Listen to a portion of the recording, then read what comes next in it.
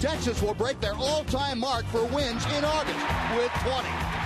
Adrian Beltre, Elvis Andrus, and Ian Kinsler have been as hot as Texas in August.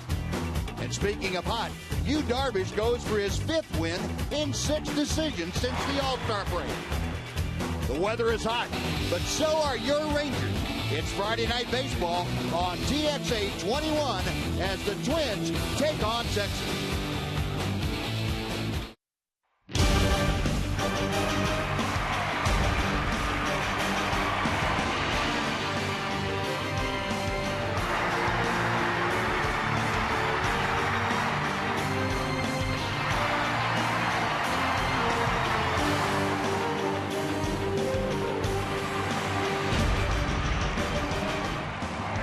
Mother Nature's provided a very warm welcome home to the Texas Rangers. Tonight, it's the first game of this 3-game weekend series and homestand for your Rangers against the Minnesota Twins. Game 1 is coming up. And glad to have you all in tonight, along with Tom Greaves, Steve Busby. Glad you join us on this Friday night for Ranger baseball. And it looks to be a good one because the Rangers are playing good baseball. We mentioned the chance of breaking a record this month for most wins in the month of August, and also tying the all-time record for most wins in any month. And Yu Darvish, the guy you want on the mound when you're going for a record, Tom. Probably a pretty good guy to have on the mound, Buzz. He's on a nice roll right now, too. We've talked about how well he's pitched since he came off the disabled list, and he's really done that. He's had 7 starts since he came off the disabled list. He's 4-1 with a 1.85 ERA. Opponents hitting below 200. He's had 10 strikeouts or more in 4 of those games, so he's on a good roll right now. His last 2 starts, he's had no decisions. He's pitched well in both of those starts. Says he's feeling great, so should have a good chance to win that game tonight. Like it when Yu Darvish feels good. He's going out to the mound for the Rangers. He's had some help, too, of late. The Rangers have gotten things going at the top of the order. 2 guys that have played a big part of that, Elvis Andrus and Ian Kinsler, getting ready for tonight. We'll have the starting lineups in the first pitch, the Rangers and the Twins, coming up right after this on TXA 21.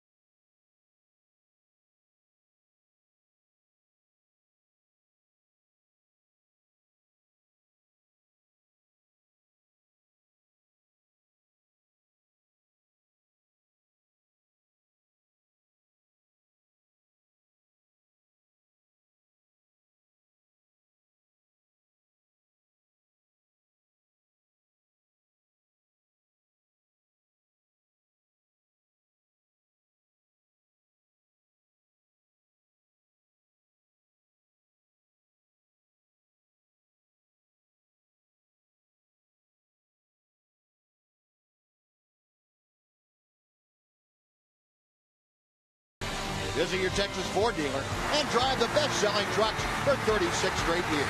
Ford is the best in Texas. By AT Uverse TV. And by TXU Energy. The right things right now. 1-866-CALL-TXU. A warm night here in North Texas, and Yu Darvish has his group all out of the ballpark tonight. They are excited to see the big right-hander see him win his 13th game of the year. And Ranger fans and gear in abundance here tonight. And here's the Twins batting order that Darvish will face. Brian Dozier leads off. Catcher Chris Herman bats second. Justin Morneau is the first baseman. Josh Willingham is hitting cleanup. He's playing left field. Ryan Domet is the designated hitter. Trevor Plouffe plays third and bats sixth. Lee Thomas is in center. Darren Mastriani is in right field hitting eighth. And the shortstop, Pedro Florimon, bats ninth.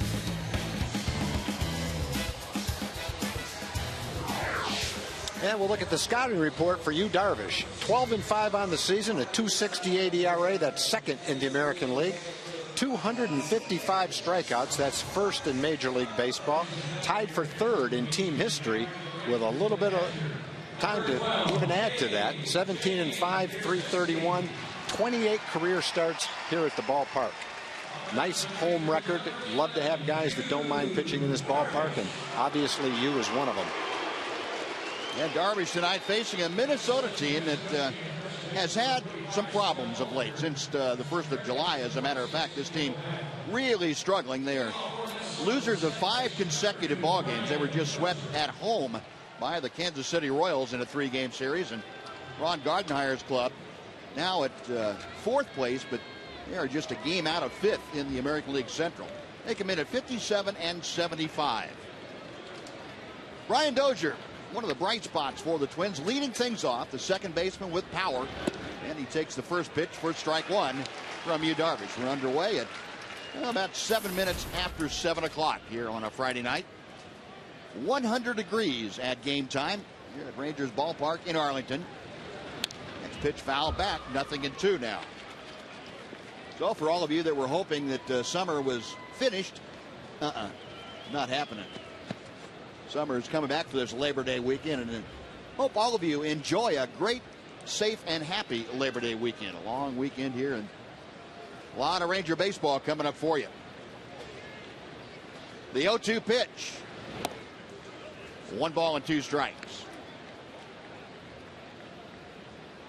Yu Darvish with that very fine 2.68 earned run average, 12-5, and if he had any kind of run support of late, he could have added 2 or 3 more wins since the break.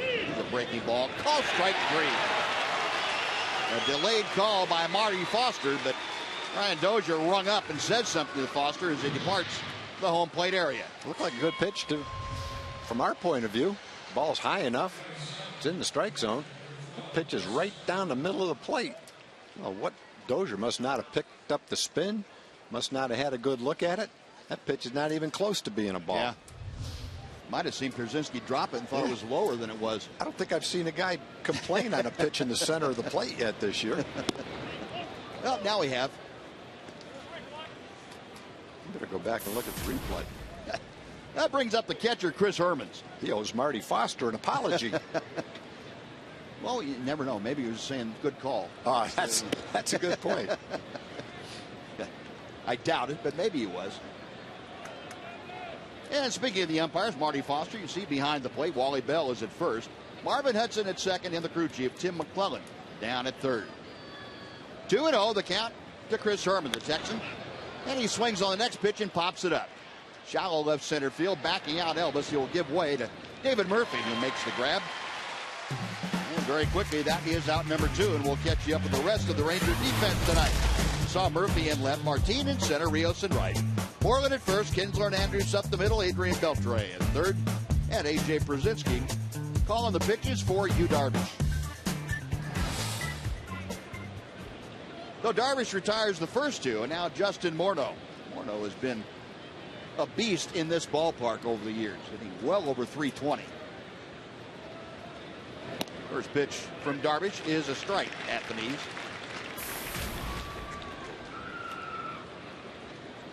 Sure, most of you noticed the Twins without Joe Mauer, their fine catcher slash DH slash first baseman. He's dealing with some concussion issues and on the disabled list, the 7-day concussion disabled list, but his return is uncertain. The Twins are going to make darn sure that he's healthy before or completely over the concussion symptoms before he's activated. They don't know when that's going to be, quite honestly. It's obviously a huge advantage for the Rangers playing them without their best player. They only play 2 3-game series, one there, one here. Having to pick the good time to play them. 1-1 pitch. Now 2-1 the count.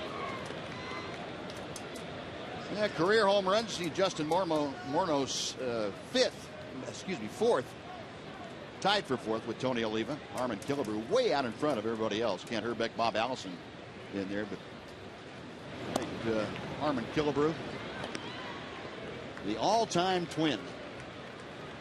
3-1 the count to Morneau. He is trying to get aboard with 2 outs here in the first. Josh Willingham, the left fielder, waits in the on-deck circle. Darvish sets the 3-1 pitch.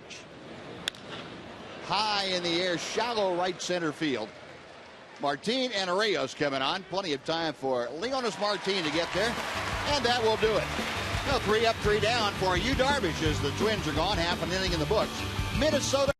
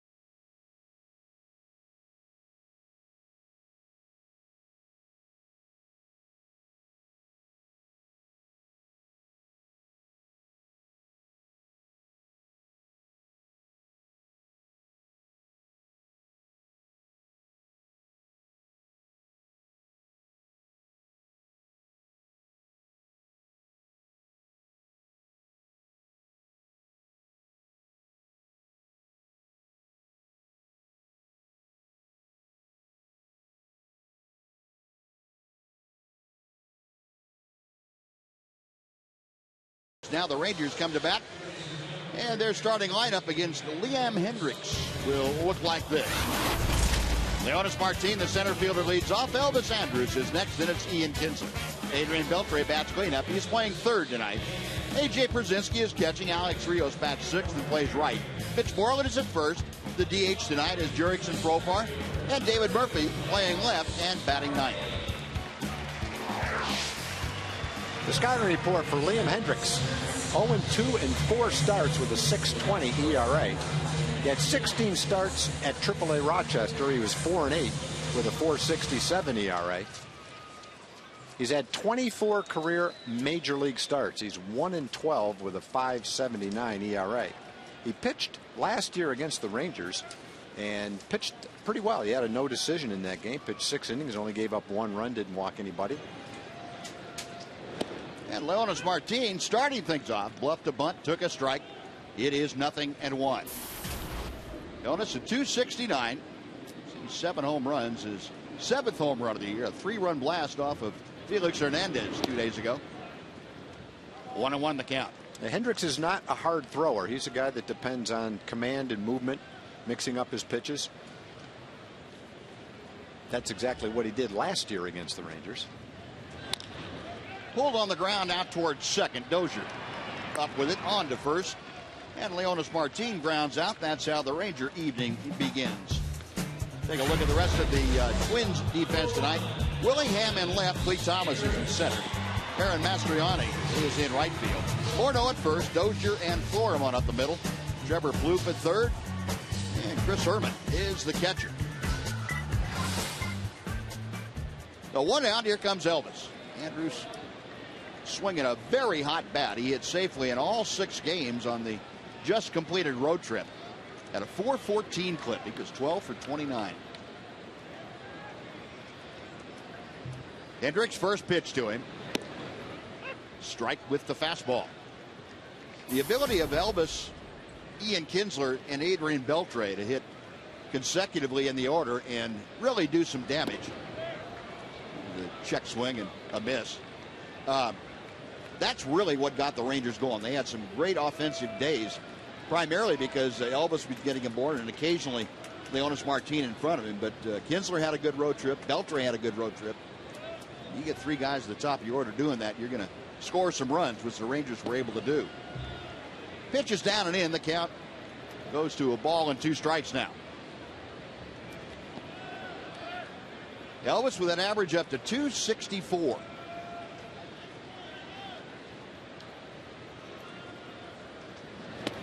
Got him swinging. Good breaking ball and kind of a feeble swing by Elvis Andrews. Completely fooled.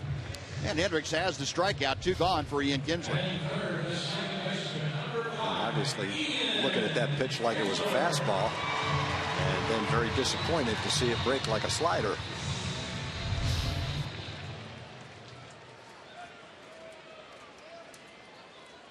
Well, here's Kinsler, a .279 hitter for the year. 11 home runs, 58 driven in. Ian also had a great road trip, hit right at 400, 10 for 25. 1 ball, no strikes. Hendricks missing away. Kinsler 0 for 3 in his few appearances against the Twins right-hander. And ball 2 is a bit low. With the exception of Alex Rios, who has had 6 at-bats against Liam Hendricks. Top of the Rangers, only 3 at-bats per. Drive down the left field line, but it hooks and goes foul. We'll come back and try it at 2-1. Ian just a little bit out in front of that Hendricks offering. Rangers with that 3-game lead, having kept pace with the A's. You get a look at that fastball that Kinsler turned on. A's, of course, losing in comeback fashion by the Tigers yesterday. Torrey Hunter, a walk-off home run. Picked up a half game full of the Rangers. They are now 3 full games in front of the second-place A's. Rangers have won 3 straight. And they have split the 4 games that they played against the Twins this year. 3-1 pitch. That catches the outside corner. The count goes full. So Kinsler with 2 outs now, trying to get aboard. Give Adrian Beltre a shot at Liam Hendricks here in the first inning. Just underway on this beautiful Friday night here at Rangers Ballpark in Arlington. Payoff pitch. Ground ball cut off by Plouffe nicely. Sets throws high, but Morneau, a big target over there. And the Rangers are gone in order. So we played 1 inning. We've had no base runners. We'll go to the second. Scoreless game in Arlington. Rangers and the Twins.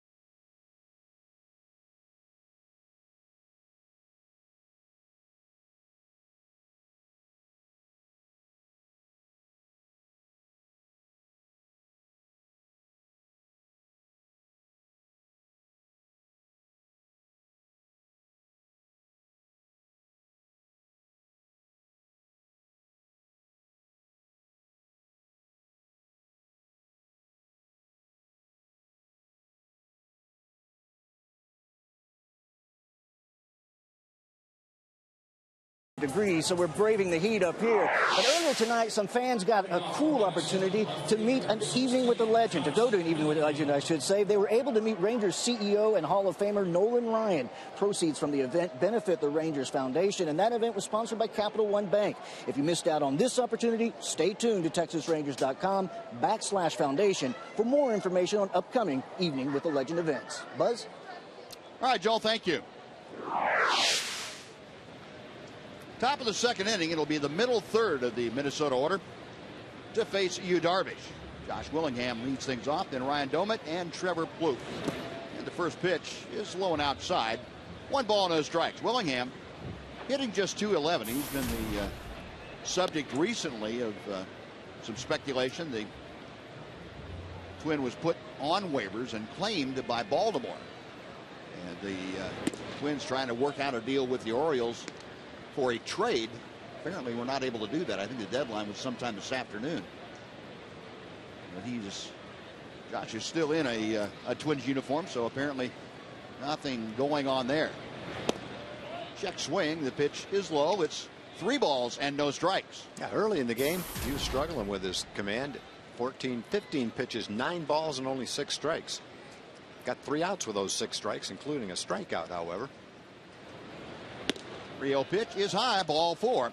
And a 4-pitch walk puts Willingham aboard to start off the second inning. So Willingham, the first base runner of the game for either team. And Ryan Doumit, the switch hitter, will come to the plate. The last time out, Darvish not particularly good with his command. He had 3 walks, and even though he struck out 11 against the White Sox, it was a struggle at times.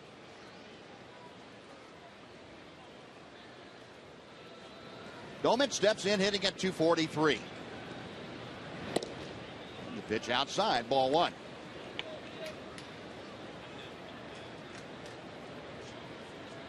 Doumit, the veteran, brought over from the Pirates before last year to help out the Twins. He has become a very valuable asset to them. Check swing on the breaking ball. It's in for a strike to even the count at 1-1. Doumit, known to be an excellent hitter from both sides of the plate. Also has the ability to play outfield along with catch and grow facial hair very quickly. That was what he looked like before this at bat. Could be a double play ground ball. Beltre to Kinsler. Time to make the pivot at second base, running across the bag.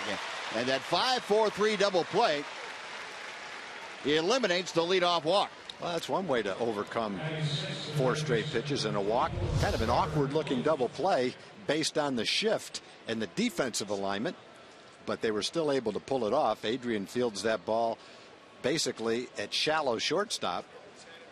Ian was moved over toward first, so he has to wait a little bit for Ian to get to second.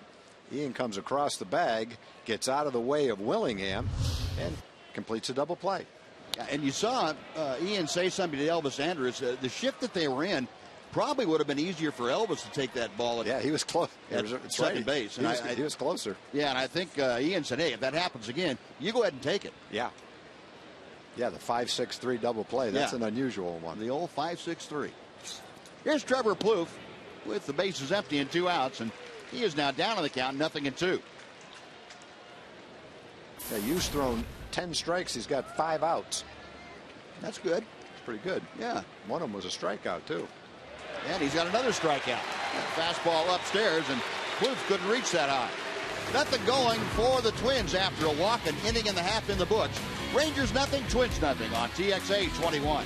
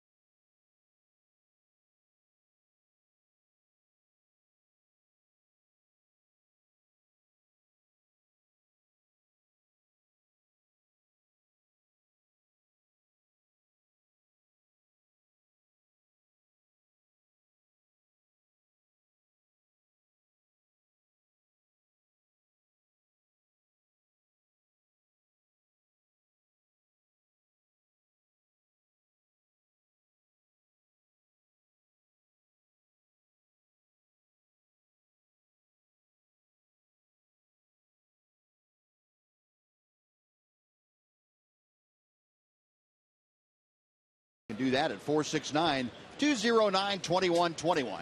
And if you read your text in the postgame show tonight, you'll win a $50 sporting goods gift card from Metro PCS. That text again is 469-209-2121. Bottom of the second and the middle third of the Ranger order to face Liam Hendricks. Adrian Beltre goes after the 1-0 pitch and pops it up way up in the air down the right side. That will reach the seats about 4 rows out of play. And we'll come back and try it at a ball and a strike. And we'll take a look at the Ford leaderboard tonight, showing you the on-base percentage leader in Ranger history in any month. And Mark McLemore, the all-time champ at 563. That was back in June of '96. Mike Napoli at 518 and Pete O'Brien at 512 back in '88. And this month, how about the man at the plate? Tapper right back to the mound. And nice reactions by Hendricks. He'll underhand at first. Adrian Beltre retired for the first out. It'll bring up A.J. Pierzynski.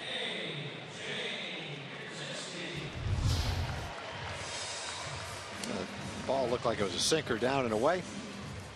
Adrian makes a bid for a base hit up the middle. Didn't hit it very hard, though. Easy play for the pitcher. So Hendricks has retired the first 4 that he has faced. Now A.J. steps in.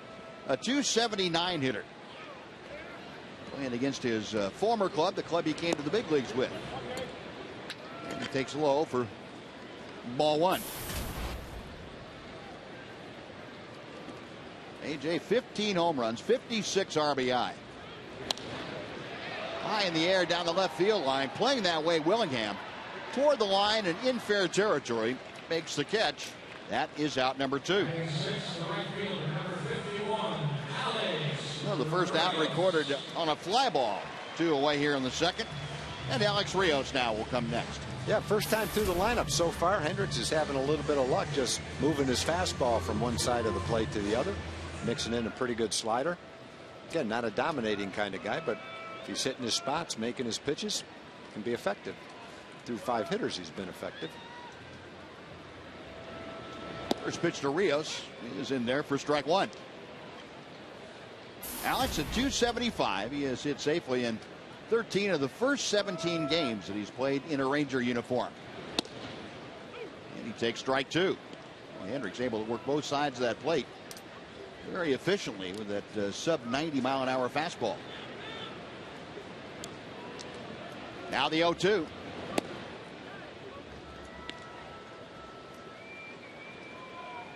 Saw the numbers for Rios. Overall this year, 13 home runs, 62 RBI.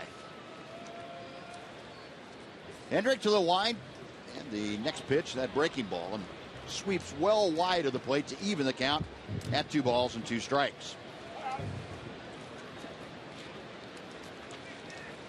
Liam Hendricks, the native of Perth, Australia.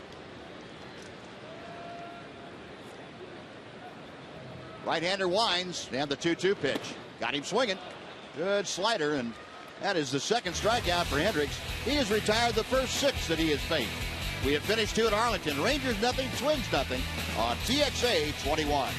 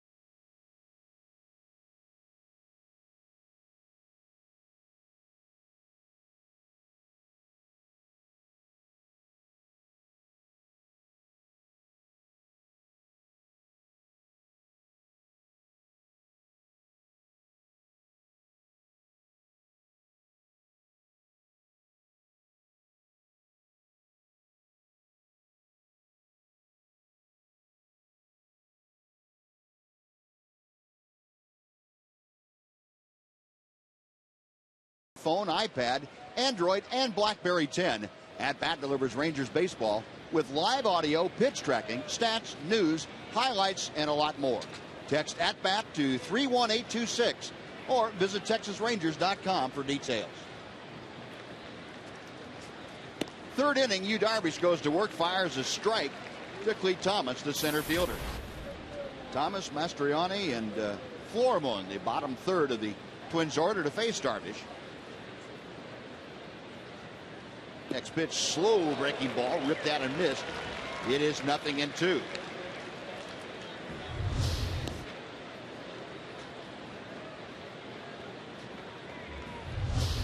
Clete Thomas couldn't wait. That ball just keeps on curving. Yeah. Boy. Straight down. That's going to seem like it's never going to get to home plate when you're. It just looks good, and you just think you're going to be able to time it and hit it. That pitch just off the outside corner. He follows that up with 93 and almost hit the black part of the plate. A ball and 2 strikes to Thomas. You saw a 225 hitter. 4 home runs, 13 RBI, and Darvish back to him. Another breaking ball. That is strikeout number 3 for Darvish. Basically an unhittable curveball. Watch how sharply and how much that thing breaks straight down. And at some point in time, he'll start throwing his slider, which doesn't break quite as much and breaks just as sharp, maybe sharper because he's throwing it harder, and it'll come into the left-hand hitter and down. Now Darren Mastriani steps in. Minnesota this year is second highest in the number of team strikeouts. They have now struck out 1,138 times this year. The Houston Astros are about 70 more for the team in strikeouts. That's pretty close, really. That is pretty close. I wouldn't think anyone was within a couple hundred of Houston. Especially Yu Darvish, the number of times he struck it. In one hand, he has struck out, let's see, about 28, about 43 in 3 outings against Astros. Pitch foul back by Mastriani, and it's 0-2. And there's the team statistics up to date. Astros 1263 and on Gardenhire's club at 1138. Both those teams very, very young and experience-wise. Not necessarily age-wise, but experience-wise. A lot of guys that have not seen a lot of major league action. 0-2 pitch. Check swing on a ball in the dirt. And the appeal to first. Nope. No swing down there. Wally Bell giving you the sign.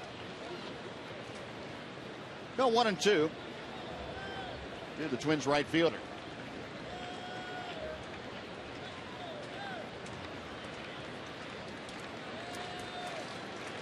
Pierzynski flashed the signs out, and Darvish has the one he wants. Popped up, shallow right field. Coming on Alex Rios, and in fair territory, the Ranger right fielder puts it away. That is out number 2, and Pedro Florimon will be next. Made contact with the curveball that time anyway.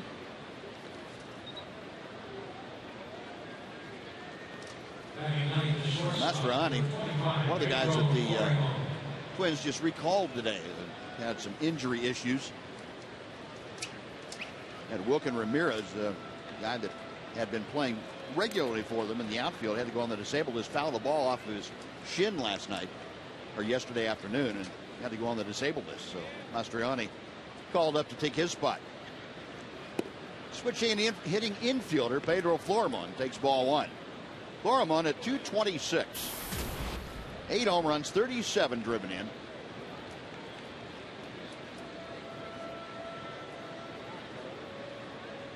Darvish with a 1-0. And that's just a little bit low as Florimon able to check his swing. It's 2 balls, no strikes. Adrian Beltre, the Ranger third baseman, playing in front of the cut of the grass. On the first base side, you have Mitch Moreland playing just about even with the bag to start off, and he'll take a step or 2 toward home plate. Chopper foul, 2-1 now.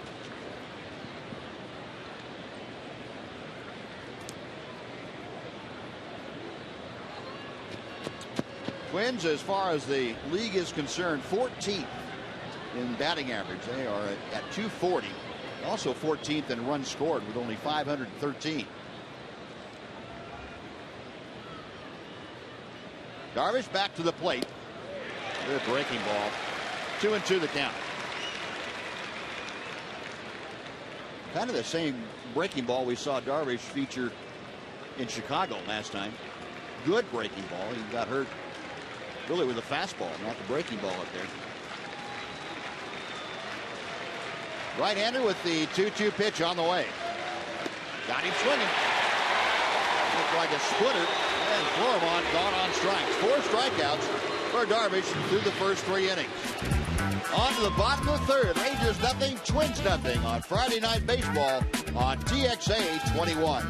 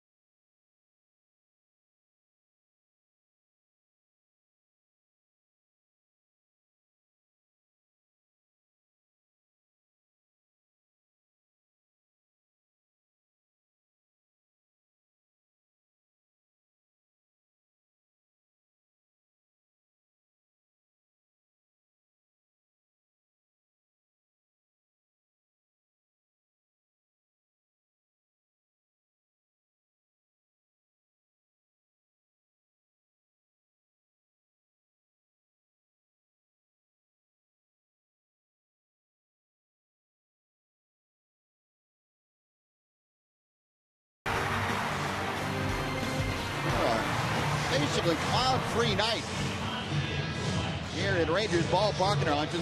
Light breeze drifting from the left field corner toward the right field corner. A very warm night and sultry conditions on this first day of the Labor Day weekend. The extended Monday through, or I should say Friday through Monday weekend. Mitch Moreland leading off here in the Ranger third. Scoreless ball game. Not a hit for either ball club so far.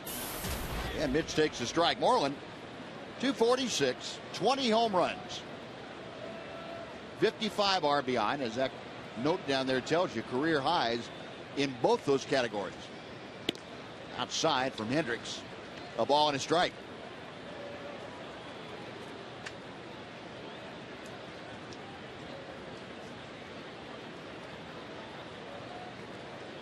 William Hendricks, the 24-year-old. He's the 5th Australian to play for the Minnesota Twins. Moreland pops it into shallow left field. On comes Willingham.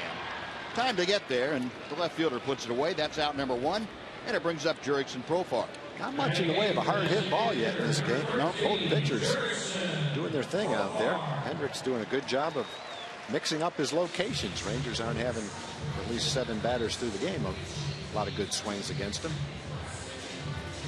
Remember, this is a guy that came into the game with a 4-8, 4.67 ERA record at AAA. There's the Ranger DH, Jurickson Profar. Yeah, those aren't credentials that would put you at the top of the list for guys who are going to throw a dandy, do they? You know, his last start was at Cleveland. He pitched 4 1/3, gave up 7 hits and 7 runs in that game. Profar, a drive high and deep to right field. That goes Mastriani. Goodbye. Off the facing of the second deck, Jurickson Profar, his 5th home run of the year. The Rangers lead 1-0.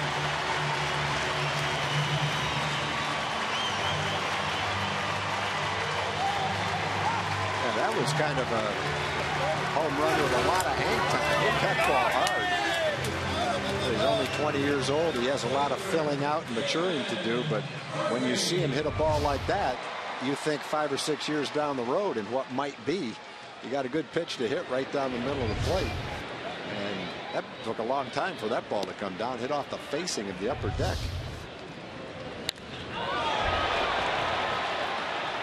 Jurickson Profar getting some pretty good extension on that swing. Sure did. Wow. Now David Murphy. The pitch low and outside. It's 1 ball and 1 strike. I don't blame you. Have fun with it. Murphy drives one to center field. Back goes Thomas. Still going back at the track and makes the catch and then drops the ball. As he ran into the padding, the ball popped loose, and David Murphy is at second base with just 1 out. He never had control of it. The ball was obviously in his glove, but as soon as he hit the wall, it popped out. Umpires will give you credit for a catch if you've held on, secured the ball, and you're taking it out of the glove. But when it's in your glove and it hits the wall or the ground, then it's not considered a catch. Never had control of that ball. Great try. Went a long way for it. Did the hard work to get the ball in the glove. Then he just wasn't able to keep it in there. You know, because of the impact with the wall, David Murphy is given a double, and he hit that ball hard. Saying that Thomas running into the wall almost at the same time that he was able to get the glove on it. So it's a double for Murphy. He's in scoring position. Now back to the top of the order, and Leonys Martin takes outside for ball 1. So back-to-back bolts. One of them left the ballpark on Jurickson Profar's swing. 399 feet is where it came down. And then David Murphy hit one even further, right at 400 feet, just straightaway center for a double. And Martin fouls it away to the left. It's 1-1.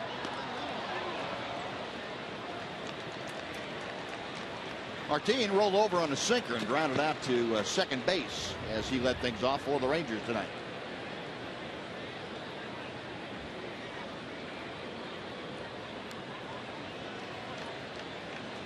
Hendricks, a long look in as Herman's flashing the signs out. The 1-1 pitch coming to Martin. Now 2-1. Boy, it's strange. You can be sailing right along the way Liam Hendricks was, and you get one pitch in a bad spot, a guy takes you out, and all of a sudden it's Katie bar the door. Yeah. Unless you can find a way to put the brakes on it.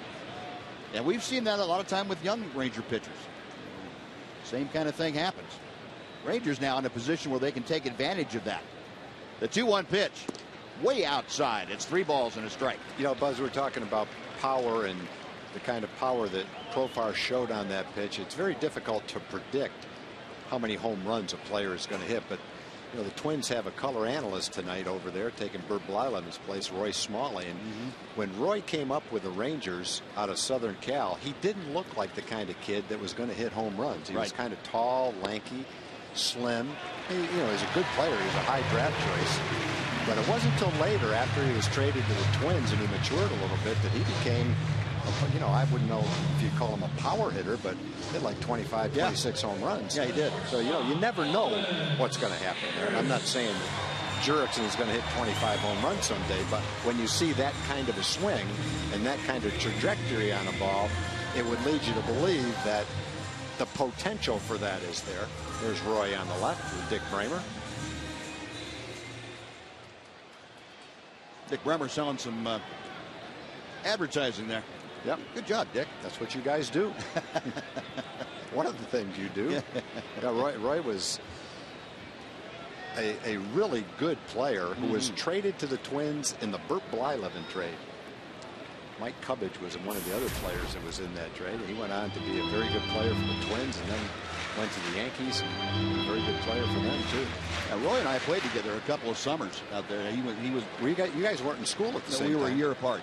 He was there the year I left. Okay. He came over from a junior college. But we played a couple of summers together in summer league out there. Did he look like a power hitter then? No, but a real tall, lanky guy, and he really filled out. Yeah. As I remember, his first year with the Twins was better, and then he really put on what I consider weight, and good weight for him. Yeah. 0-1 the count to Elvis. The pitch inside. It's 1-1. And you know the other thing too. Roy was a very smart guy, very intelligent player, and guys that figure out what pitches to look for and which ones they can drive. Eventually, you know, you get a hitter that's pretty good technically, but you get him 4 or 5 years into his development, all of a sudden he knows when a pitch is coming, he can turn on it, and that's when you see guys that develop power all of a sudden. That's where it comes from. I know you've seen guys like they played with guys like that and had guys with the Rangers that 5, 6 years into their development. I remember when Toby Harrah first came to the big leagues, Nellie Fox tried to get him to use one of those thick barrel bats and choke up 3 or 4 inches, bunt, and hit line drives to right field. And Toby did that for a while and hit about 250. And the next year he came to spring training and told Nellie, I'm getting an M18 159, a skinny handle bat. I'm holding it right down to the bottom, and I'm swinging as hard as I can because I know I can hit 250 that way as well. Yeah. I might as well hit for some power. And you know, obviously Toby became a shortstop who hit for power as well. Sure did. But you never would have known it his first couple of years in the big leagues.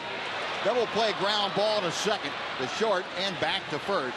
And that'll do it for the Rangers. So a hard hit ball by Elvis, but turns into 2. Jurickson Profar gives the Rangers the lead with his 5th home run of the year. A bolt off the facing of the upper home run porch. 1 man left. We're going to the 4th inning. 1-0 Rangers.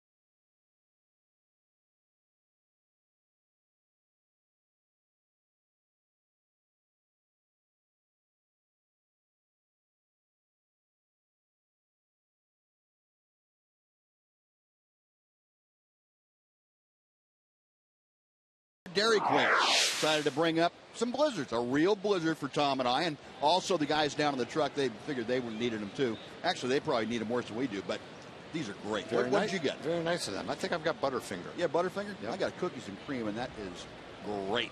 Well, sure, appreciate it. Want me to do the play-by-play for a few outs while you, if you don't mind, that thing off? It'd be after we order a few hours. Big blizzard. Well, thanks to the good folks at Dairy Queen. Well, Yu Darvish with that 1-0 lead now with which to work, goes to work in the 4th inning. Brian Dozier in the top of the order to face him. Dozier called out on strikes as he led the game off tonight. Darvish with 4 punch outs through the first 3 innings. Drops a breaking ball over the outside corner. It is 1-1. Dozier with those 14 home runs, moving up a list, getting right to the top of the list, as a matter of fact, for Twins second baseman. Home runs in a season. It was a swing and a miss. Dozier now tied with Tim Tuffle, who back in 1984 also had 14 home runs. That's the most in Twins history for a second baseman. Chuck Knobloch had 13 in 96, and Bernie Allen and Todd Walker had 12. Pitch fouled back, and the count remains a ball and 2 strikes. Darvish giving himself a little mechanics lesson on the mound. Yeah, the repertoire is always different with you. Extra base hits since the All-Star break. Wow. I would not have guessed that one. Yeah. Wouldn't guess Shane Victorino either. A little bit low. It's 2-2.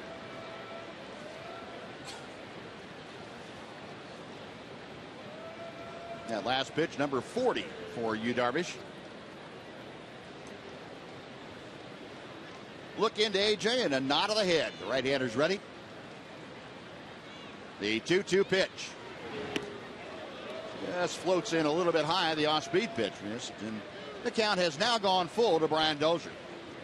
The Dozier trying to lead off the fourth, getting aboard Chris Herman, the Texan and the catcher, waiting in the on-deck circle.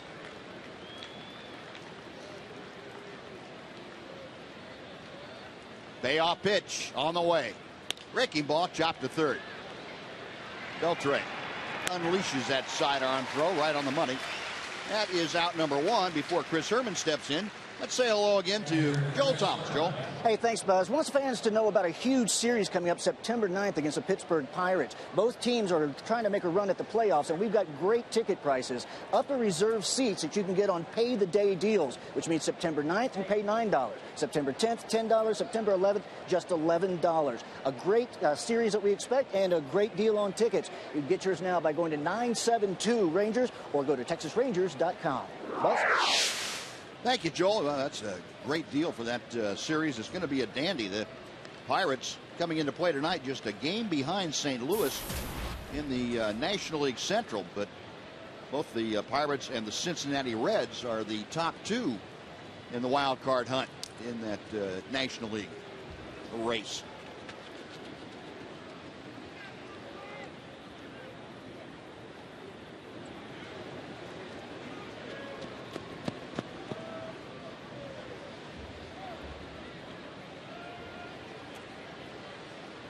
A ball and a strike. The count to Chris Herman. Herman from Tomball, Texas. Off speed and just hangs outside. It's 2-1. Chris Herman, a fly ball to left, his first time to the plate. Herman played at Alvin Community College for a year, then went down to play at the University of Miami. Darvish back to the plate. And came through the back door. It's got to be young Twins hitters. They've got a lot of guys in the lineup that aren't experienced. And, you know, generally when a guy's having a little bit of a problem with his command, not that he's having a huge problem, but a little bit of a problem with his command, you can kind of get locked into a fastball because that's what most pitchers have to throw strikes. With him, he's just going to his breaking stuff now and mowing him down without his fastball. And Yu Darvish leaves Chris Herman scratching his head after that swing. Strikeout number 5 for Yu Darvish. You know, there's a lot has been made of about a month ago when you said he was a breaking ball pitcher and talk about people wanting to throw more fastballs. I think on any given day he can be any kind of pitcher he wants, but it's tough to watch today and not say that he's a breaking ball pitcher. Yeah. Today he is. He doesn't have his 96-mile-an-hour fastball. The next day he might be more of a fastball pitcher, but bottom line is, when you're leading the major leagues in strikeouts, it doesn't really matter whether you're a breaking ball pitcher or a fastball pitcher. Nope. You're getting the job done. You stand on your head if you're going to do that. I don't care. Who cares? Yeah. They can't hit it. Justin Morneau, a fly ball to center his first time up. Got ahead in the count 3-1 and hit a monstrously high pop fly to center. 1-0 pitch. Taps that one foul down the first base side. And the count evens at 1-1.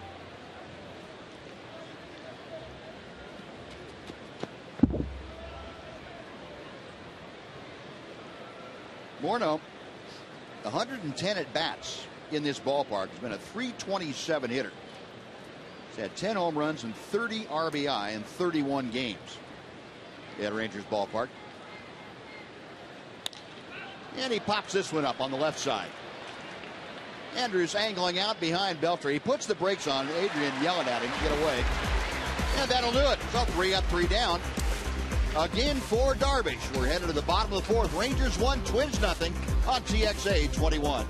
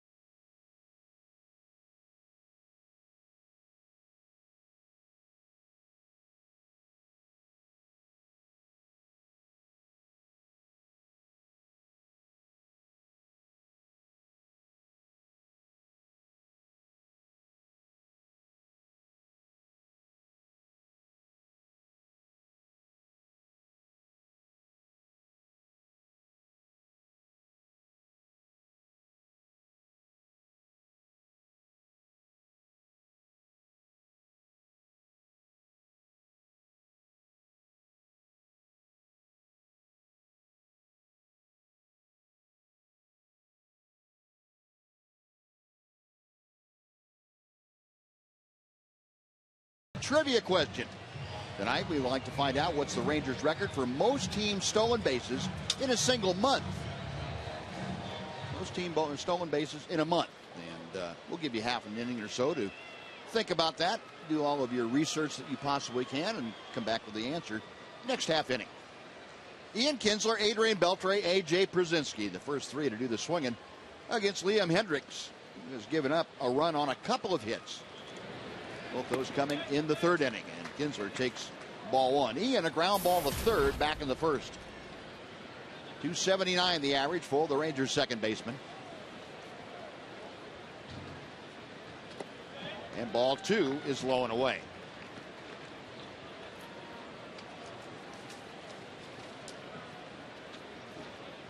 Kinsler 2 for 4 in yesterday's ball game.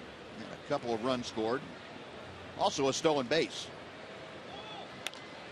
Had a rip there and fouled that Hendricks pitch straight back. It's 2-1. Got a few announcements to get to. Belated birthday wishes to Dovey Harris from McKinney, 100 years old. Oregon and Patricia McCoy from Grand Prairie, 66th wedding anniversary today. Congratulations. Melvin and Hope Chambers from Sherman celebrating their 65th anniversary today. Wallace Horn from Dublin, Texas is 92. Nancy Benner was 90 years old yesterday. And Emery Tuttle was 93 years old yesterday. So happy birthday, happy anniversaries, everybody. Yeah. Good deal. There's a base hit for you. There you go. That's how the Ranger fourth inning starts, as Ian Kinsler shooting one to the right side. Something we have seen Ian do quite a bit more this year than I can ever remember in his career. It really is paying dividends.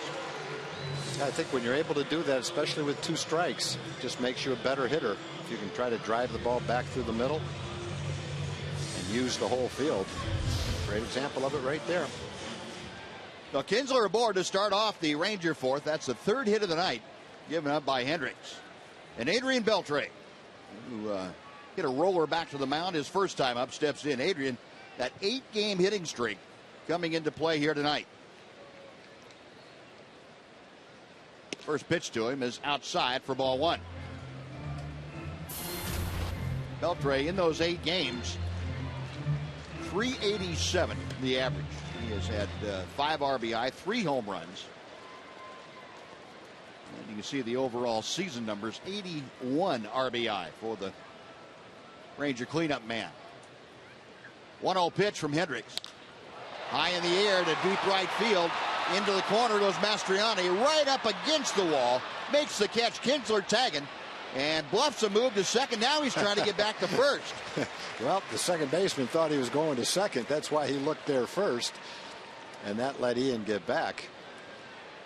Ian went about as far as he could go before he made his decision to get back and still get back. Beltre making a bid to stick it in a little triangle down there, but hit it about 320 feet instead of 325 feet. You see the second baseman. Where'd he go? Oh, there he is. Well, Ian able to get back under the tag from Morneau, and with 1 out now, A.J. Przinsky will step to the plate. A.J. a fly ball to left, his first time up there. First pitch low and outside for ball one. A.J. originally came up with the Twins in 1998. Only had 7 games with them that year and 9 the next year, but come 2000 he spent 33 games with the Twins and then the next 3 full years in a Minnesota uniform. 1-0 pitch. There goes Kinsler. The pitch is outside. The throw to second, not in time, and it's into center field. Kinsler up, trying to go to third base. The throw is not in time. Ian in with a head-first slide.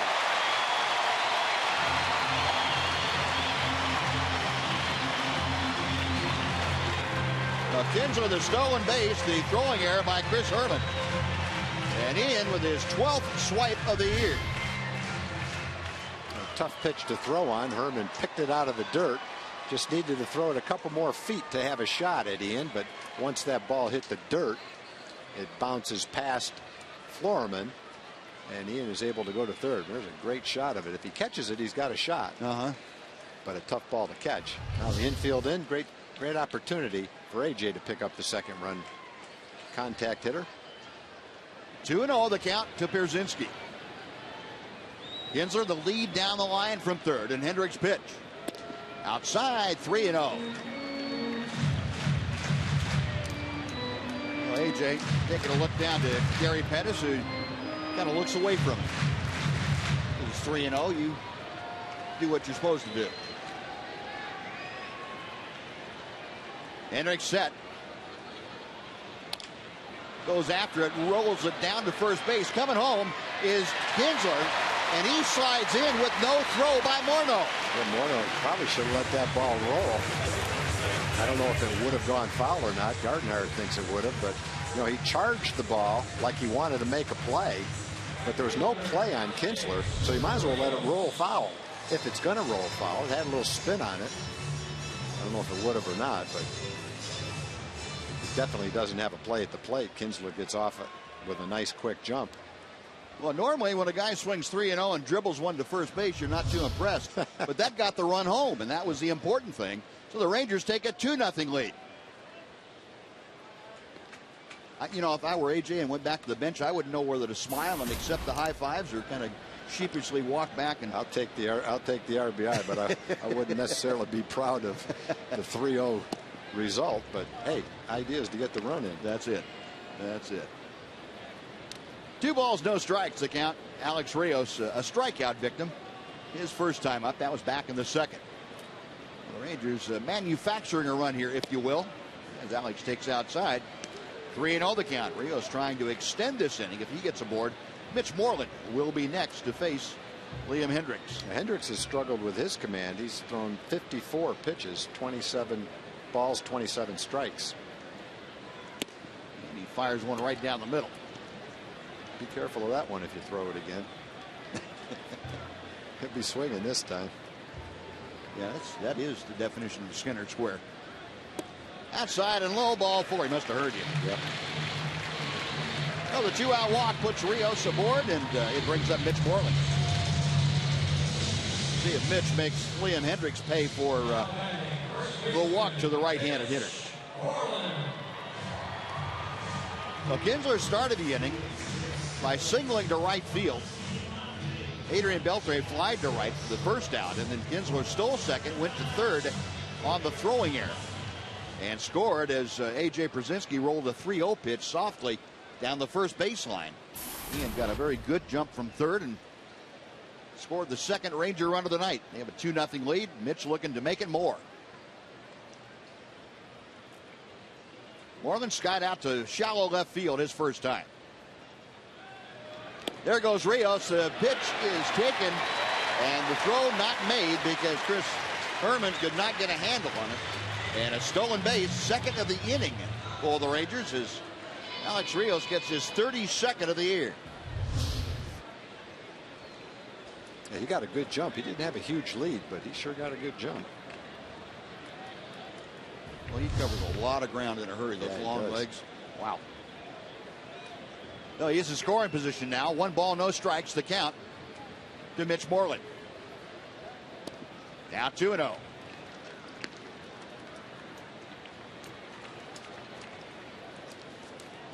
Mitch with that 20th home run of the year yesterday. A solo shot in the 7th inning.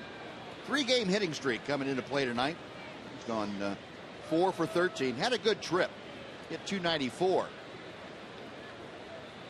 in Chicago and in Seattle. Fastball low. It's 3-0.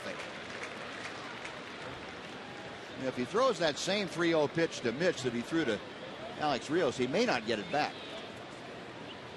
I think Mitch may have a green light here.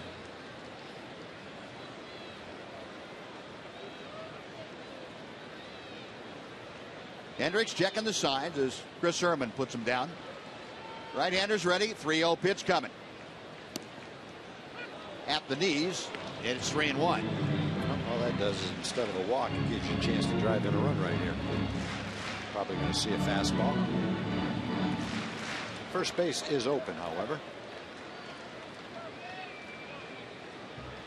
Alex Rios establishes his lead out there at second. Now Hendricks backs off the back of the pitching rubber. Right-hander, a very intense stare in to get the sign. 3-1 pitch coming to Moreland. Outside, ball full. Not a whole lot of interest in throwing Mitch a strike behind in the count. So back-to-back walks, 2 on. Erickson Profar, sorry, John, is going to be the hitter is Rick Anderson, the pitching coach, going out there to talk to Liam Hendricks. The Twins' starting pitching has struggled this year. Their bullpen is pretty solid, though. Just about everybody they've got in the bullpen is having a solid year. Well, we have a second here. We like to bring you tonight's TXU Energy replay. First time up, Jurickson Profar. Oh, my. Home run number 5 off the facing of the upper home run porch for Jurickson Profar. That got the Rangers scoring started tonight. TXU Energy, the right things right now. Well, Profar with his second at-bat of the evening, and he comes up there with runners at first and second, and 2 away with a run across here in the 4th inning.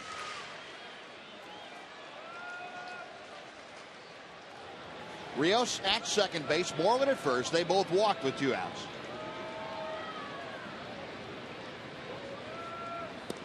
And a breaking ball. Dives just a bit low from the strike zone. It is 1-0. Profar now with 5 home runs, 23 RBI. Had a 2-hit game yesterday, or I should say the day before in Seattle. Fouls that one high in the air, but that will be over the Twins' third base dugout, back into the seats. And the count evens, and a ball and a strike.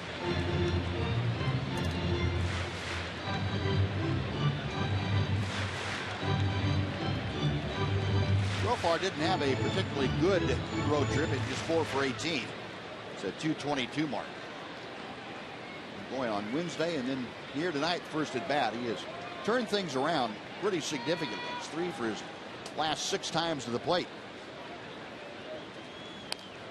Chop foul. And Hendricks now with the advantage in the count at a ball and a strike.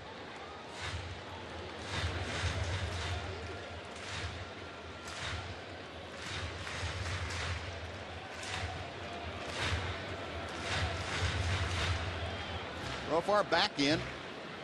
Standing in the extreme back part of the left-handed hitter's batter's box. Rios at second, Moreland at first. Both of them have their leads. The 1-2 pitch. To the right side. Smothered nicely by the second baseman Dozier. He scrambles up and throws out Profar. Well, that'll do it for the Rangers. They do get a run on a hit. There was also an error, and they strand a couple. On to the 5th we go. Rangers 2, Twins nothing.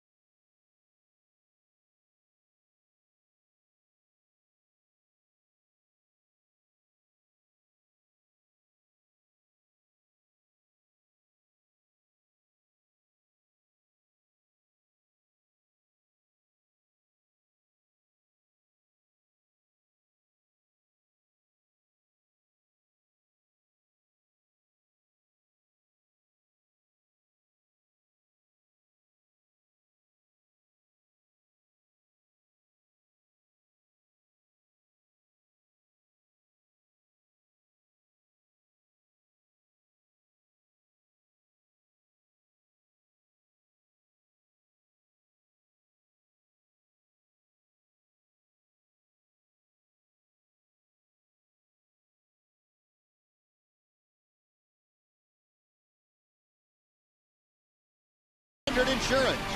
Call 1-800-929-2424. And by the University of Texas at Arlington.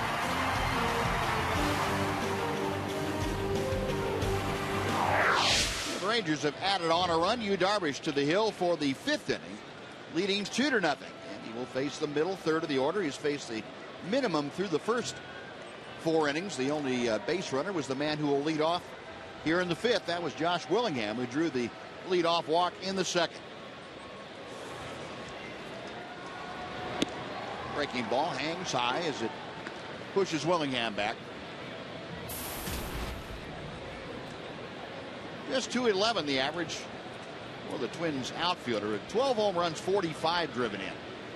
He has battled some injury problems this year. Had pretty much a career year last year as he takes inside. 2-0 the count.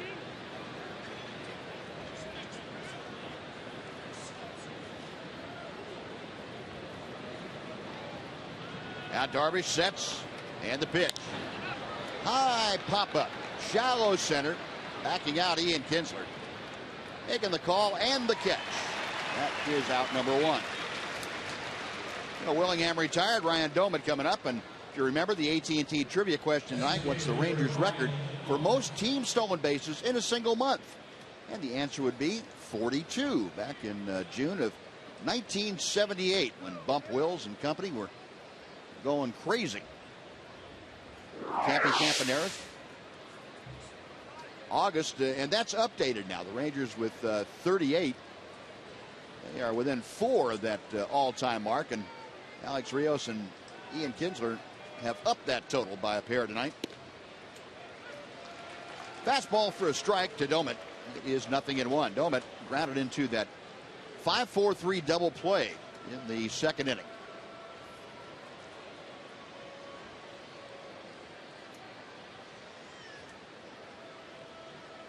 Darvish a long look in, and too long for Ryan Doumit's taste, so he asks for time. Backs out.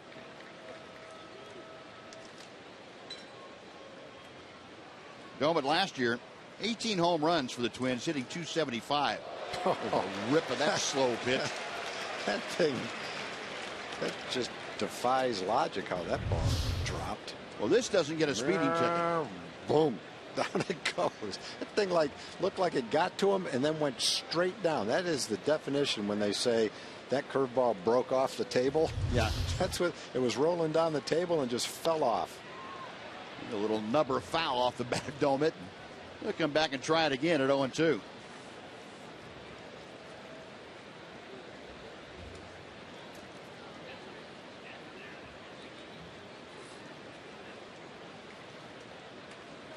That beard look is really in vogue now in baseball.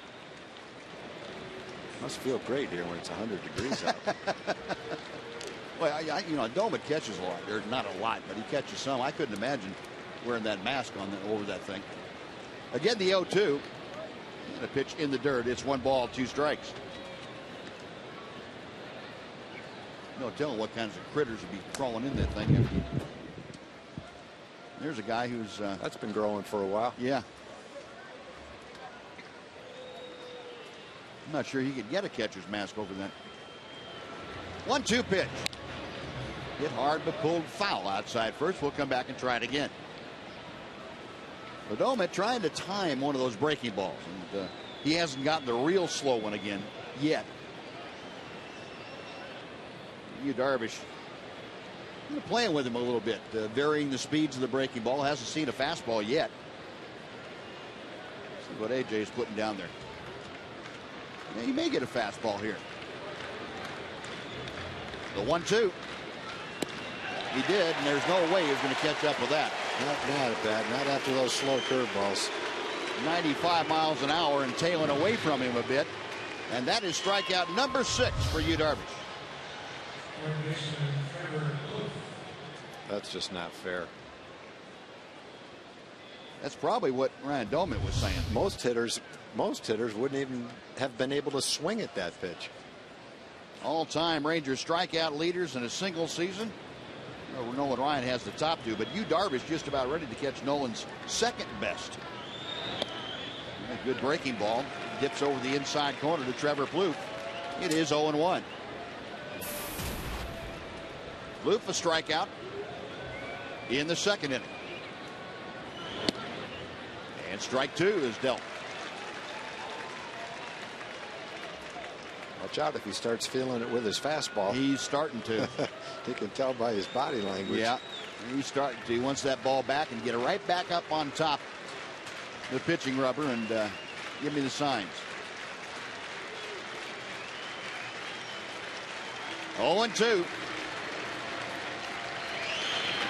Breaking ball got him swinging. The lollipop drop and back-to-back strikeouts. 7 for the game for Yu Darvish. 3 up, 3 down, halfway through the game. The Rangers 2 and the Twins nothing, as Yu has people swinging in the wind.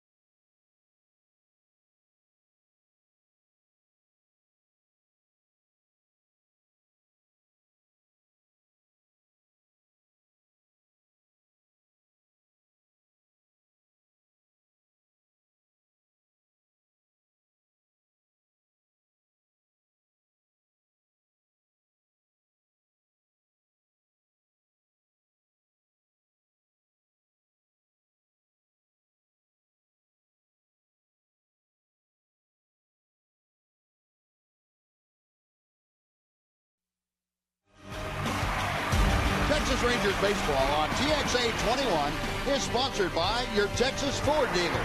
Visit your Texas Ford dealer and drive the best-selling trucks for 36 straight years. Ford is the best in Texas. Now here comes David Murphy, and he takes strike 1. Murph had a double his first time up as he ran center fielder Clete Thomas into the wall trying to catch his drive, and Thomas had it in his glove, but then the collision with the wall knocked it loose. Murph, though, eventually stranded at second. Hendricks with the pitch. This is outside. It's 2-1.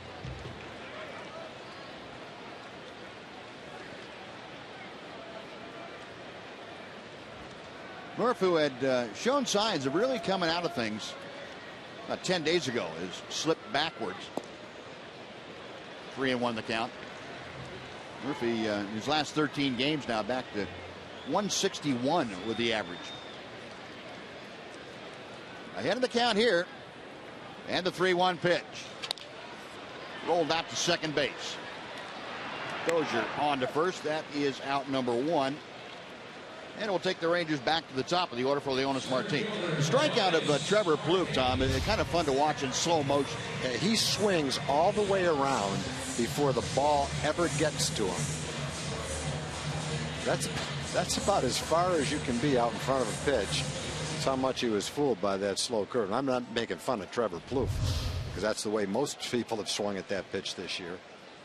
It just shows you the different variety of pitches that Yu Darvish has the capability to throw.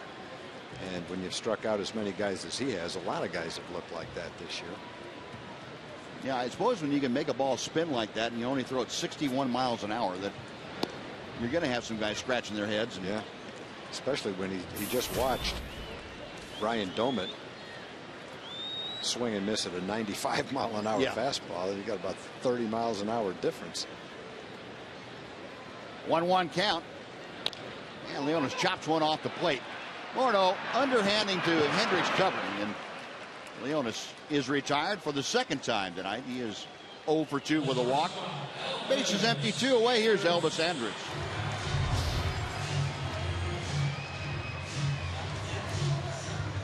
Good job by Hendricks getting over there quickly enough to beat Leonis Martin to the bag.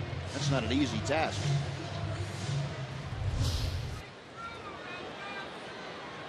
Morneau giving Hendricks a little opportunity to catch his breath.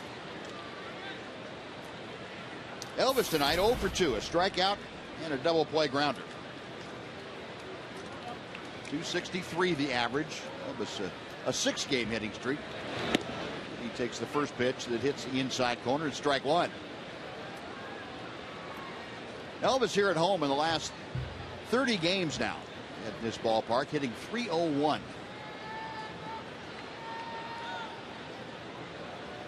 Defensively, the Twins just about straight away. Maybe a step toward the hole to the shortstop Foreman. 1 ball, 1 strike.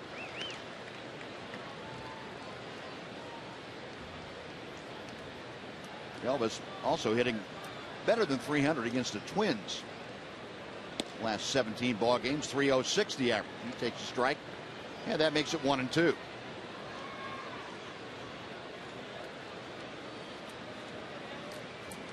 Bases empty, 2 away in the bottom of the 5th inning. Rangers on top 2-0. And the count is now even at 2 balls and 2 strikes.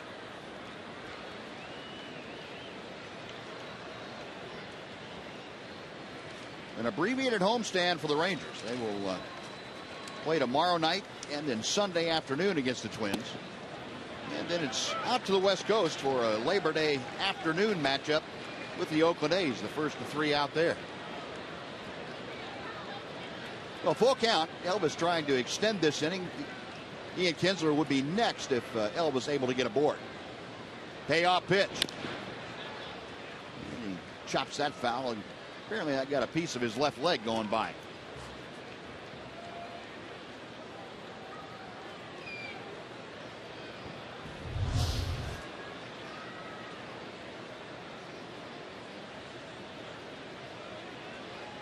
Ouch.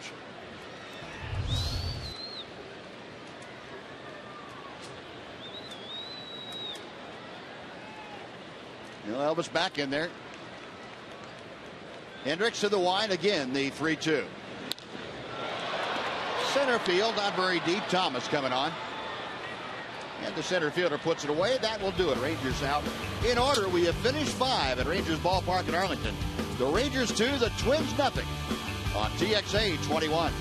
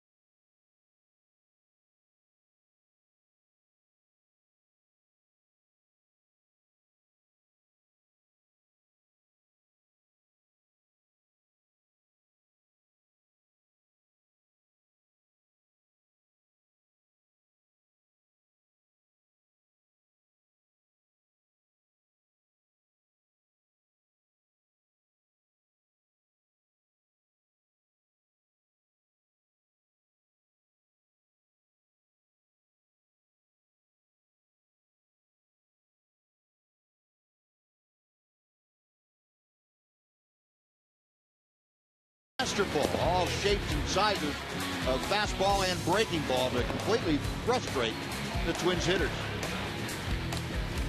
Yeah, that's got to be about as diverse a variety of pitches as you'll ever see in a game. I can't imagine there's been too many pitchers that could tune up all those pitches in 5 innings. A 95-mile-an-hour fastball. What was that one curveball? 61. 61-mile-an-hour curveball. Yeah, that doesn't get a speeding ticket out here. And things in between. Yeah. This is amazing. Yeah, going to work in the top of the 6th inning to the bottom 3rd of the Twins order. Lee Thomas, the center fielder, struck out in the 3rd inning, fouls the first pitch back. Thomas, Mastriani, and Floreman. First 3 to do the swinging against Yu Darvish.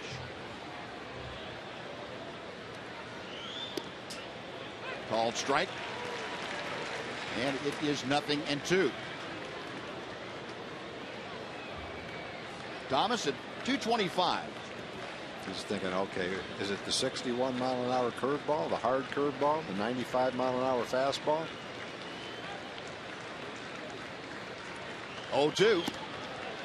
Just missed the outside corner. He might have struck out home plate umpire Marty Foster with that one, too. Well, that was pretty close. That was a lot closer than what our pitch tracker said. Now the 1-2 pitch. 2-2 as the breaking ball hung outside.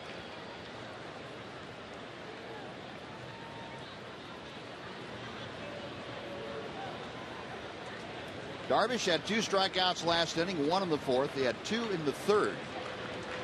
And 1 each the 1st and 2nd. Check swing, he went around. That is punch out number 8. That's the hard breaking ball. A 1 out before Mastriani steps in. Let's say hello once again, Joel Thomas. Joel. Hey, thanks, Buzz. You know, we're late in the season, but the Rangers still have a lot of big events planned. Joining me right now is Sean Decker with Rangers Enterprises, and we've got a big event coming up right here on Labor Day, don't we? That's right. We're bringing back the 2nd annual Rangers race, and we're really looking forward to it.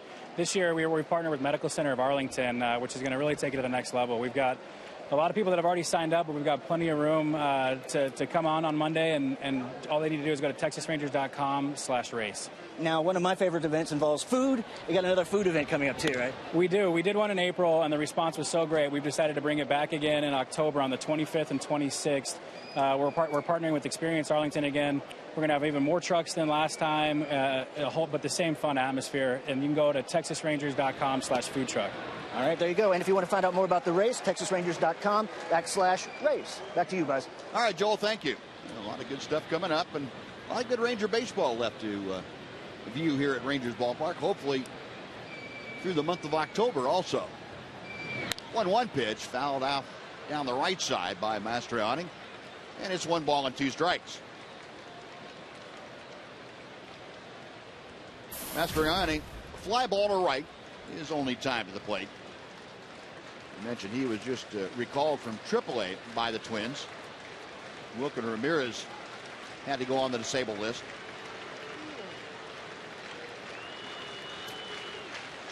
Also, Samuel Deduno is sent down also.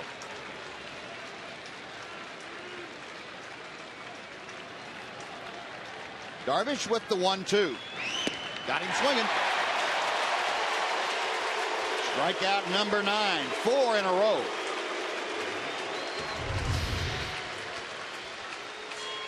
High heat. And this is now the 2nd highest total in Ranger history for a single season. Nolan Ryan now has numbers 1 and 3. Now, Yu Darvish is going to have to go some to catch Big Tex. This year, anyway. Some 67 short. Possible. Florimont, after the first pitch, skies one down the left field line. That will slice back into the crowd, and David Murphy over there to take a look. It is 0-1. He's probably got 5 more, somewhere around 5 more starts. So it is going to be tough to get to that number. If he had 5 more starts, that'd be an average of better than 12 strikeouts per start. It's not impossible. No, it's not. We've seen him go through streaks where 14 and one time 15 were the norm. 0-1 pitch to Foreman. And that pitch just a little bit low. 1 ball and 1 strike.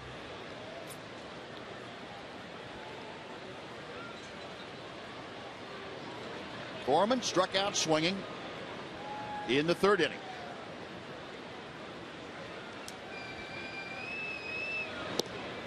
Rip and a miss at the breaking ball. 1-2.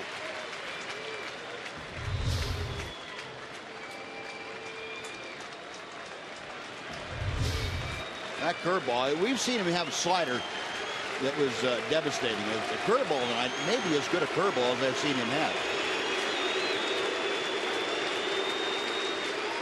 The 1-2 pitch. Out of play. You got a piece of that 95-mile-an-hour fastball anyway. That's pretty good.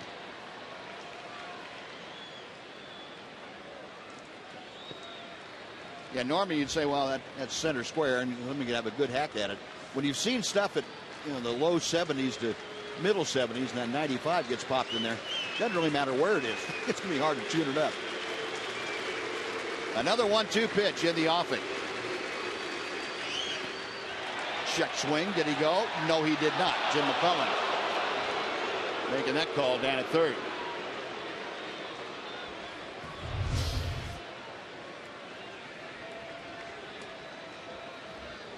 Just able to check. Good call.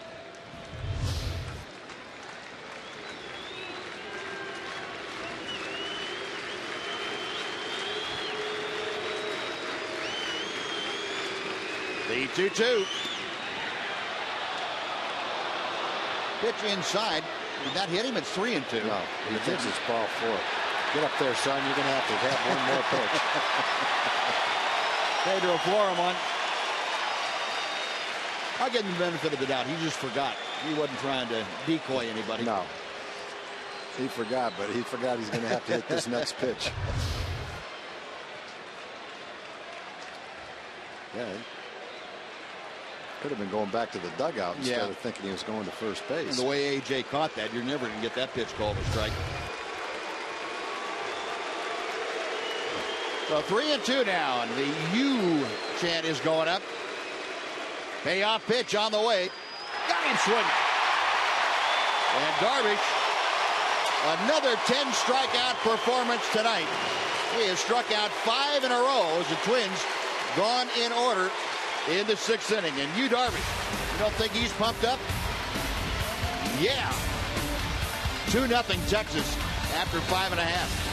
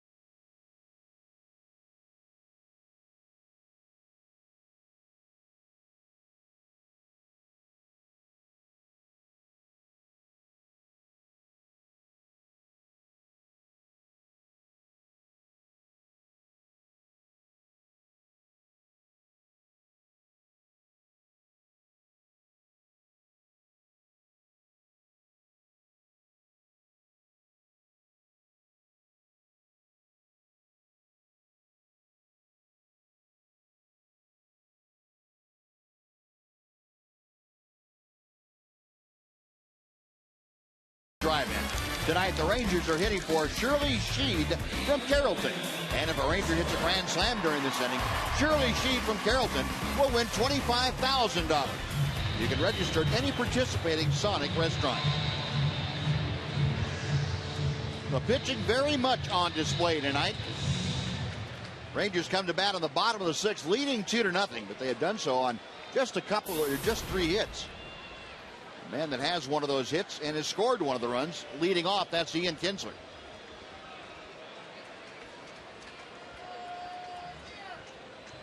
Ian singled, stole second, went to third on an error, and scored in the fourth inning. And first ball swinging here, he pops it up shallow right field. Dozier angling out, coming on Mastriani, in the right fielder. Takes charge, makes the catch, so one pitch and one away. And it'll be up to Adrian Beltre.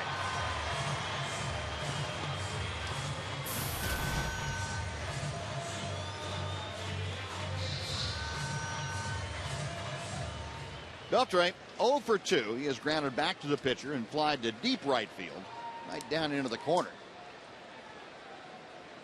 Beltre, another one of the Rangers, really having a great year here in this ballpark. .335 is average at home, which is the 4th best in the American League. Yu Darvish, as always, as is his custom, pacing up and down the dugout during his inning off the field.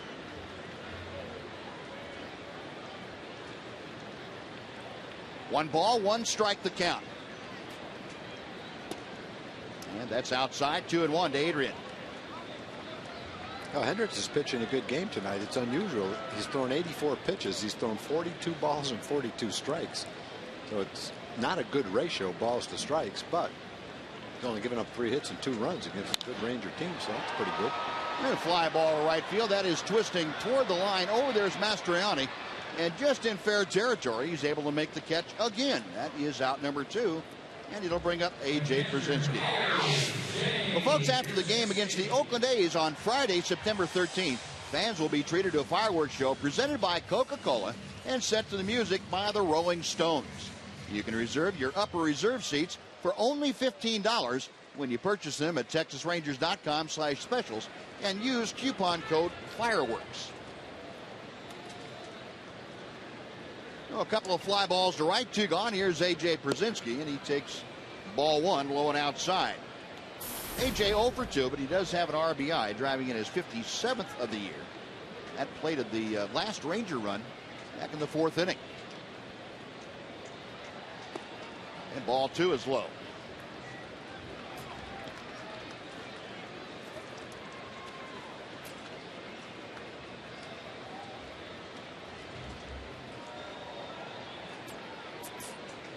Hendricks, a long look in, now goes to the wind.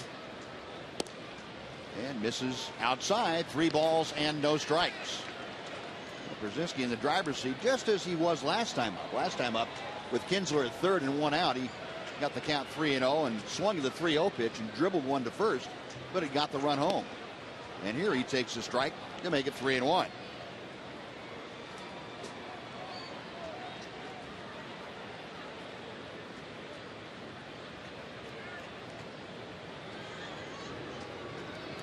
Hendricks back to Brzezinski.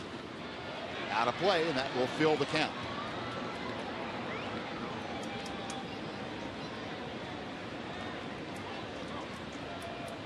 Rangers having a great second half of the season offensively. They're now up to 4th in the league with a .263 team average. They've also raised their on-base percentage some 6 points, and that's almost impossible to do. Brzezinski loops one into center field. Going out is Florham, the shortstop. He can't get it. It drops for a base hit. Well, A.J. gets fisted, but strong enough to flare it into center field for his first hit of the night. And he is aboard with 2 outs for Alex Rios.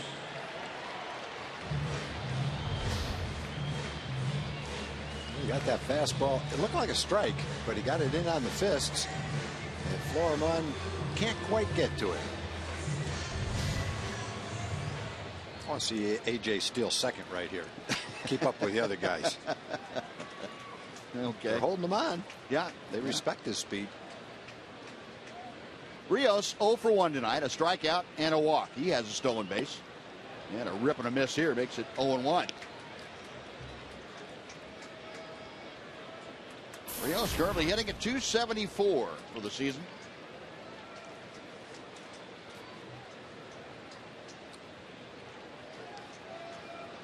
Hendricks a check of Pierzynski, a modest lead at first. And the ground ball up the middle. Floorman backhands but throws wildly to second. He threw it to the umpire. That's going to be an infield single for Alex Rios. Pierzynski, even had that throw been perfectly placed, would have beaten the throw out to second. Marvin Hudson's got to make this play. Umpire's going over to look at the play. There it is. Turn it. Yeah, he was in perfect position, too. That would be something. The umpire picks it up, fires it back to first. Yeah, Leslie Nielsen play. I'd pay to see that. 2 on, a pair of 2-out singles, first and second. And Mitch Moreland, who is 0 for 1, steps to the plate. Moreland, a fly ball out and a walk. I'd like to get some runs out of this inning. A blooper and an infield hit. Now hit one good. 2 bloops and a blast. Yeah, 2 bloops and a blast. Well, Mitch is the guy that can do it. He was going for it, too. 0-1. Moreland joins Adrian Beltre and Nelson Cruz, the Rangers, with 20-plus home runs this year. And Rangers now the 4th team in Major League Baseball to have 3 different players with 20 or more home runs. There's Adrian, the team leader with 28. That pitch out low and outside. Only other teams to do it: Baltimore, Toronto in the American League, and the Rockies of Colorado in the National League. Ryan Dunsink, left-hander, loosening in support of Liam Hendricks. 1 ball, 1 strike to count. Pierzynski at second, Rios at first. Hendricks checks them. In the dirt, it's 2-1. Mitch now in a spot he can look for a pitch in a spot to drive. Hendricks approaching that 100th pitch level. His next one will be number 97. Right-hander's ready. The 2-1. Hit hard toward right field. Smothering stop again by Dozier. And he throws out Moreland. That's second time in 3 innings that Ryan Dozier has made a terrific play to end a Ranger threat. No runs, 2 hits, 2 left. On to the 7th we go. 2-0 Rangers on TXA 21.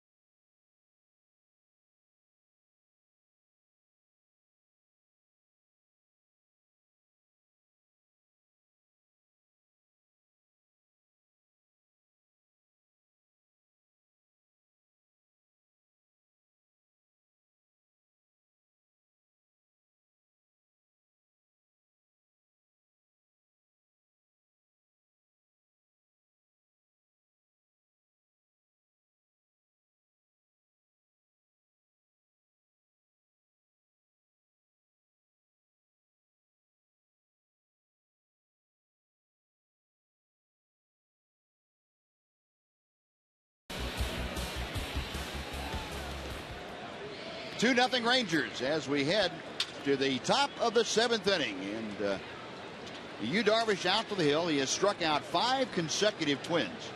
He goes to work here in the 7th inning, having faced just the minimum, and he will face the top third of the order. 10 or more strikeouts now in 5 of his last 7 ball games for Yu Darvish.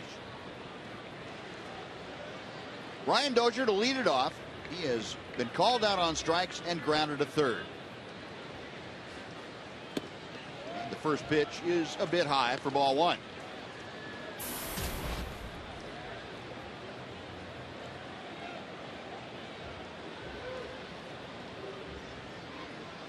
Darvish back to the plate. Breaking ball misses. 2-0. If you're looking at the outs, there's been 10 strikeouts. There's been several pop-ups. Ground ball double play and then one other ground ball to third base. Nothing in the way of anything approaching a hard hit ball yet. And that one fouled straight back. There's Dozier going upstairs. And it is 2-1. No, there have not been any balls hit hard off of Darvish tonight. Been some hard swings, but no contact with him.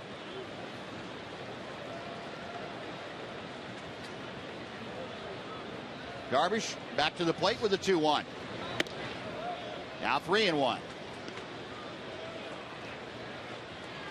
The Dozier trying to get aboard to start the Twins' 7th. He'll be followed by Chris Herman, the catcher.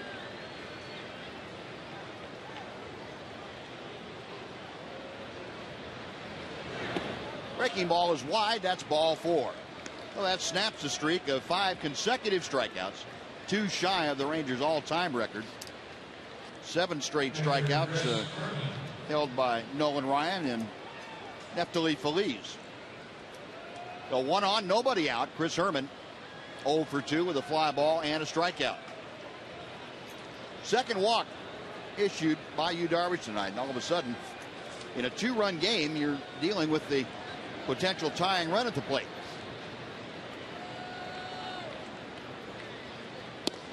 First pitch is low for ball 1. Well, that looked like a good pitch. Couldn't have been inside by very much. AJ Przinsky saying something out of Marty Foster, and yeah, right there at the bottom of the strike zone.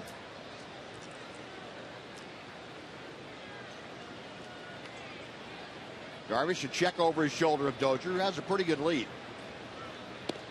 And the pitch hangs out. It is 2-0. And Darvish showing a little frustration as AJ Przinsky walks out to the mound.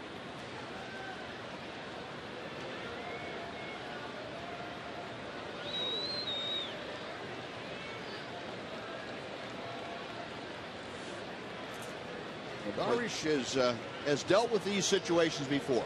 It's not anything new to him. He's in this situation in the 2nd inning. He walked Willingham to lead off the inning and then got Domet to hit into a double play. That's what he's looking for right here. 2 balls, no strikes, the count as Darvish sets. Well hit to right field. We have a tie ball game.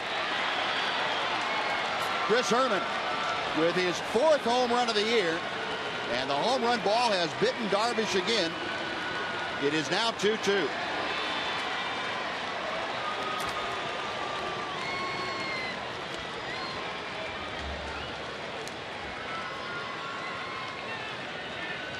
Well, you got the fastball down and in a count where he could look for a fastball and got a fastball. There haven't been many opportunities for the Twins hitters to look for a fastball and get one, but he was in that situation right there after the leadoff walk. Check swing by Justin Morneau. It is strike 1.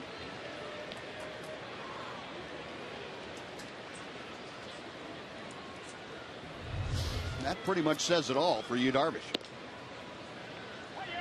A ball and a strike to Morneau. Darvish now the shutout, the no-hitter, all of those things gone by the wayside. Now you've got to figure out a way to put the clamps here on the 7th inning for the Twins, and he misses outside and low. It's 2-1. Morneau has flied out and popped out. 0 for 2 tonight.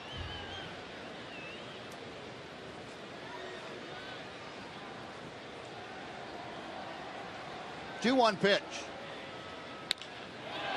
It's going to be a 3-2 game as Morneau goes to the upper deck Back-to-back home runs off Darvish, and the Twins take a 1-run lead. Hanging slider on 2-1. And Morneau hits his 17th home run of the year.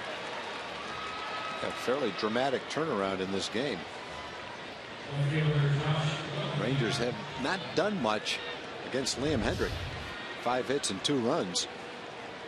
And a fastball to hit, and now that hanging slider right down the middle of the plate to a home run hitter. And back to back, Twins have taken the lead. That's why baseball is such a funny game. You've got the starting pitcher for the Twins tonight, who is 4-8 with a 4.67 ERA in AAA. Gave up 7 runs in his last start against Yu Darvish, and right now in the 7th inning, Liam Hendricks has got the lead.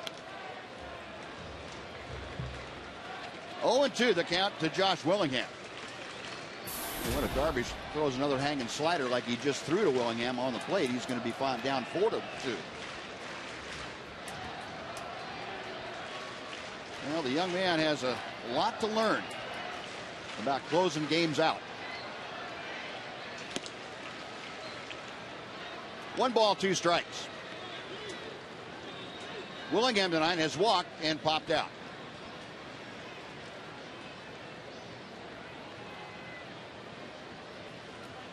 Bases empty, nobody out. 3 runs across here in the 7th inning.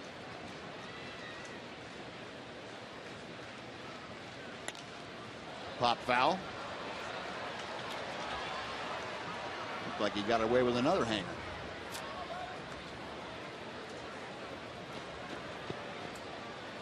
Yeah. Right down the middle. Well, there's no mystery about it. You keep throwing the ball there and you're going to give up home runs. I don't care how good of stuff you have had or you possess.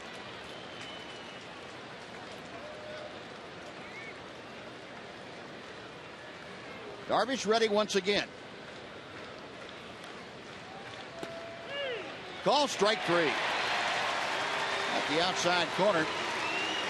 And that is strikeout number 11, but that's just the first out here in the 7th inning. Took a little something off that 88 miles an hour. I fooled Willingham. Definitely a strike. Now Ryan Doumit comes up for his 3rd at bat. He has struck out and grounded into a double play.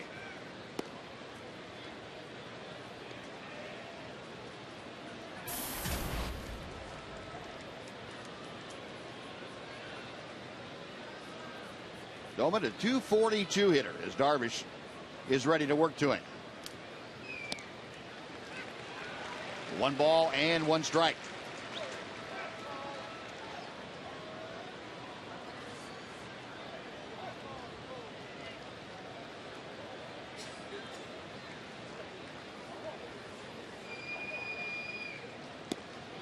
Now 2-1. A leadoff walk to Brian Dozier. Chris Herman hit a fastball out of the ballpark to tie the game. And then 4 pitches later, Justin Morneau went to the upper porch to give the Twins the lead. 2-2, now the count to Doumit. The Rangers have to put it in comeback mode, something they have been more successful at this year than any other team in the major leagues, out of winning comeback games. The 2-2. Just missed that one. Hanger skied to right field. Rios there. That's out number 2. And Doumit probably not really happy with himself about that. See, inning by inning, nothing really stressful until this inning. And it all began with that leadoff walk.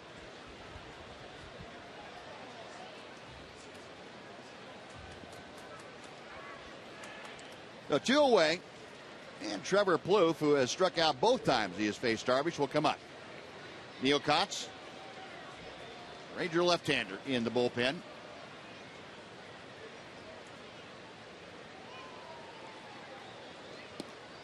Fastball strike outside corner. In case you missed it, Ross Wolf was optioned to AAA today by the Rangers, and Joseph Ortiz brought up to kind of set things in motion for the roster in September that will be eligible to pitch in postseason if the Rangers get there. Rangers felt that having that extra left-hander would be of benefit, or at least that option. 0-2 the count to Plouffe.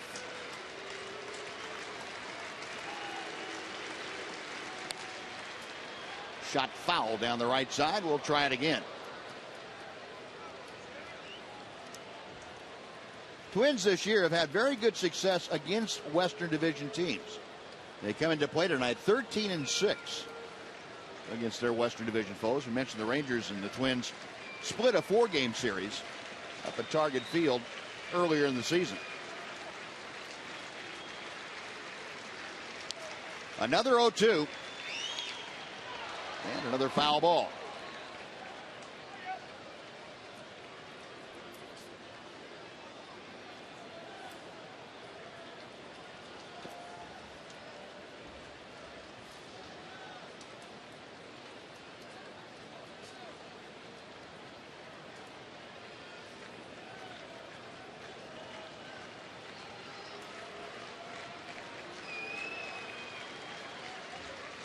Darvish ready. Fastball high and tight. 1-2.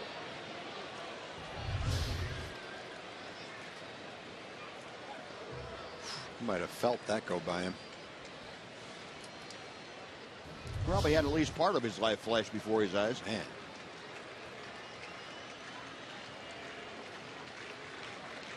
One-two pitch. Another chopper foul.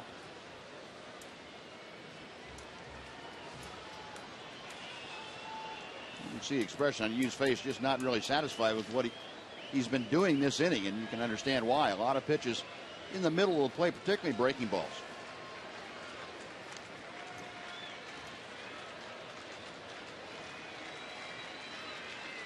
Another 1-2. That's going to be down for a hit into left center field. Martin over to cut it off. He does, but it's so deep in the alley, it's going to be a close play at second. Sliding in is Plouffe ahead of the throw from Leonis Martin, and a 2-out double puts Plouffe in scoring position for Clee Thomas.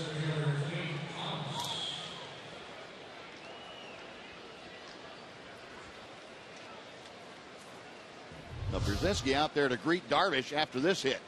Well, that's another ball that just stayed up. Weren't seeing that in the first 6 innings, but in the 7th inning, it's definitely been something that's been plaguing him.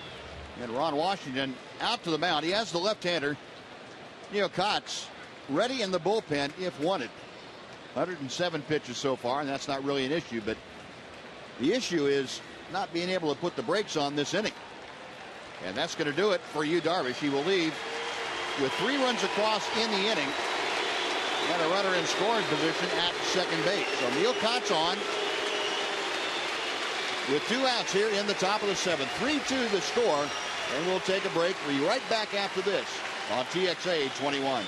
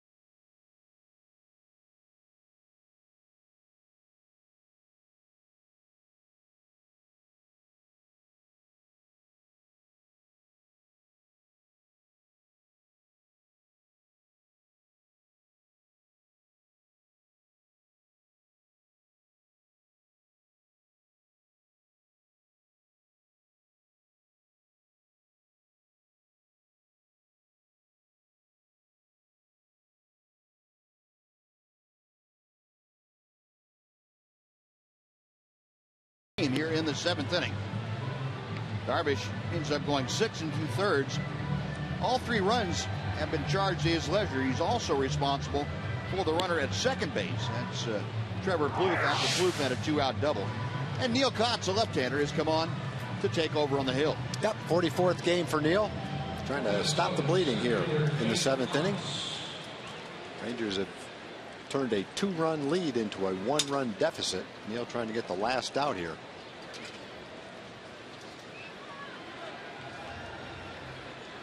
And Neil Kotz right at the top of the ERA list for relievers this year in the American League.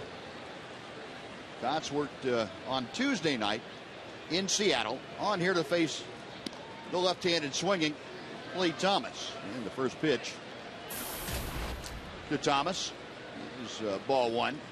Thomas 0 for 2, a pair of strikeouts against Yu Darvish tonight. Plouffe the runner at second. Base hit to center. Plouffe around third. Up with it is Martin. The throw to the plate is in time. They got him. And Leonis Martin shoots down another would-be scorer. Trevor Plouffe, the most surprised man in the entire ballpark, with Leonis Martin with his 11th outfield assist. And that brings the inning to a close. But you watch the throw from Leonis Martin. Well, after that play, let's join Chuck Morgan as he asks the folks to honor America with God Bless America. Rangers ballpark to join in singing God Bless America.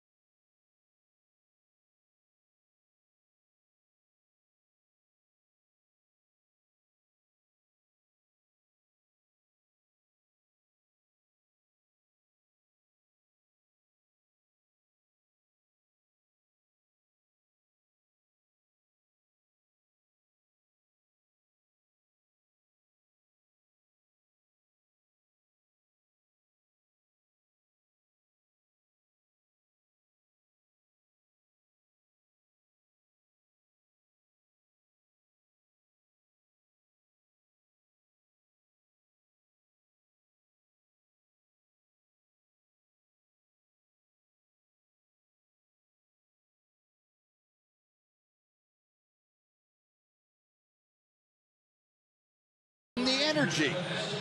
And it has been limited in scope so far. Ian Kinsler a single and a run scored. A.J. Pierzynski a single and an RBI. And Alex Rios a single. Solo home run for Jurickson Profar. A double for David Murphy. That has been the sum total of the Ranger offensive output. And they will now have to deal with the left-hander, Brian Dunsing. Yeah, Brian's numbers on the season. This will be his 60th game. Boy, for a team with the record of the Twins, he's got a pretty good record, 6-1 in relief.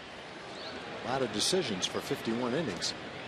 And Jurickson Profar starting things off. Looks at a tailing fastball for strike one. So Profar turning around to bat from the right side against the left-hander, Brian Dunsing. Liam Hendricks, the first 6 innings of work. He's in line now for a victory if Dunsing and the Twins can hang on. There's a strike. It's 0-2 to Profar. Jurickson, along with that home run, is rounded out. 1 for 2 tonight. Home run, a solo blast in the 3rd inning.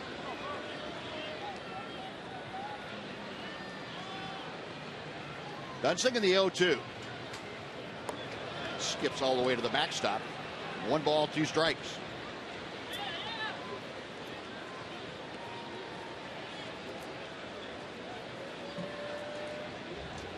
Profar hitting the number 8 slot.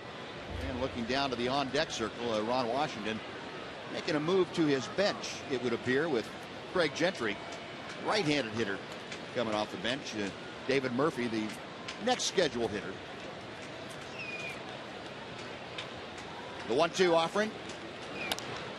Little number down the 3rd baseline. It's going to roll off into foul territory as Chris Herman jumped on it. And the count remains a ball and 2 strikes. Josh Reneke, the right-hander, up and loosening. Well, Ron Gardenhire in the bullpen. Now, most of the Twins bullpen, and they've got a lot of guys down there right now. They've got 9 guys in the bullpen. Have ERAs in the 3s. There's really no one down there not having a solid season. Rangers could not do much against Liam Hendricks tonight. 5 hits and a couple of runs is all they could get. Dunsing again back to the plate. Misses badly outside. Well, the Rangers coming back home, and they had good offensive output for the most part on the road, but back into kind of a concerning pattern here at home. This is the 11th game this year that they scored fewer than 3 runs through 6 innings. That's a club record.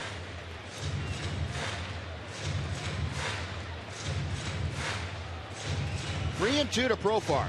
Jurickson trying to get the 7th inning started on the right foot for the Rangers. Payoff pitch. Line into the glove of Morneau to his left. Stabbing that ball right out of midair. Boy, that's a double down the line. He's already been robbed of an RBI hit by the second baseman Dozier his last time up. Now he's robbed of a double down the line to start the 7th inning. The Twins throwing some leather at the Rangers. Dozier saved a couple of runs with plays to his left. And now Mauer takes an extra base hit away from Profar right there. Morneau, I mean. Excuse me.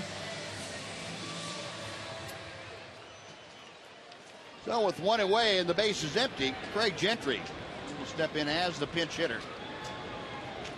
Gentry, a 250 hitter as he is up there for David Murphy. A couple of home runs, 17 driven in. The fleet-footed center fielder for the Rangers. Murphy retires 1 for 2 tonight with a double. Out of play down the right side. 1 ball and 1 strike to Gentry.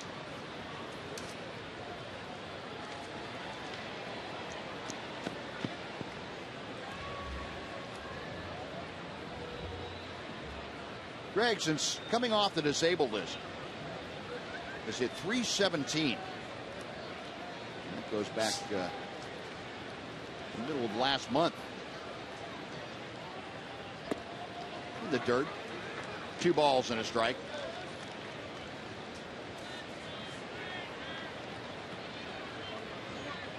Greg has been on base in 22 of his last 29 games. Either a hit or a walk or hit by pitch. Rangers need base runners here. 2-2 the count. Dunsing pulling the string on the off-speed pitch. And Tanner Sheppers loosening in the Ranger bullpen in right center field.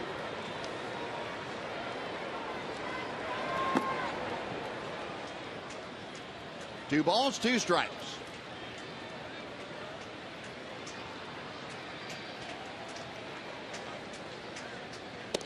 And now 3-2. Gentry trying to get aboard with one out. Will be followed by the top of the order. That means Leonis Martin. Rangers 2 runs on 5 hits. The Twins, however, 3 runs on 4 hits. All 4 hits coming in the top of the 7th inning. 2 of them were home runs.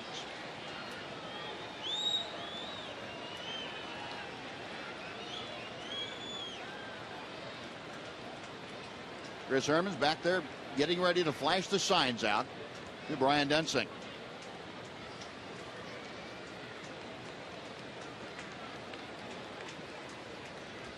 Left-hander sets the payoff pitch. Check swing on the slider, fouled it back, and the count remains full. Probably a good thing he did get a little piece of that one. Looked like it might have been a strike. Definitely was a strike.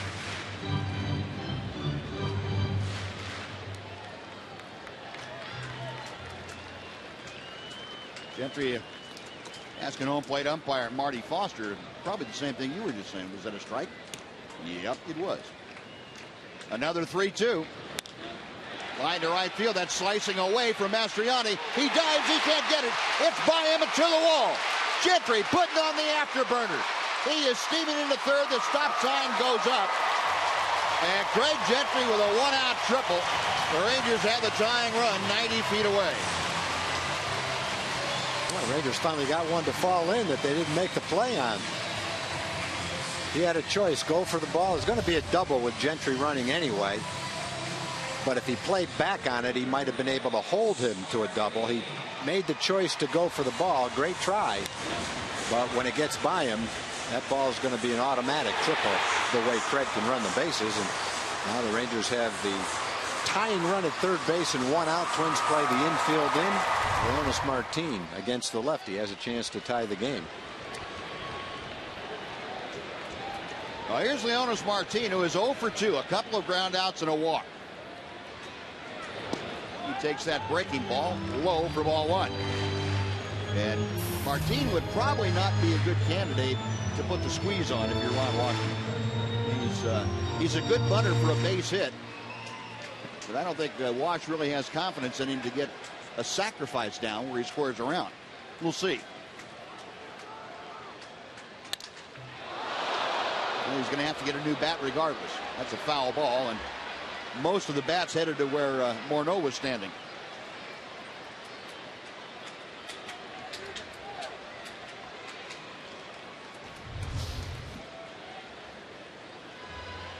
The ball's got to be 8 inches inside.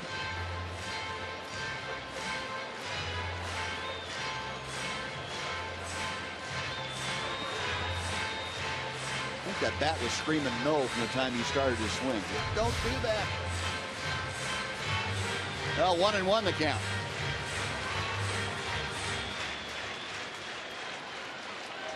Gentry down the line from third. As far off as the third baseman Plouffe is. And a breaking ball stays inside. It's 2-1. Leonis checking with Gary Pettis, third base coach, going through a series of signs. And now Pettis will walk over and say something to Craig Gentry, as he does before every pitch with the runner at third. Just in case he wanted to tell him the squeeze was on. The 2-1.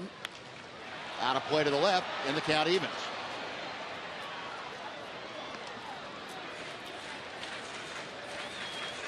And Martin trying to get Gentry home from third with a tying run. Need to put the ball in play somewhere now. Before it was get the ball elevated. Now it's just in play somewhere.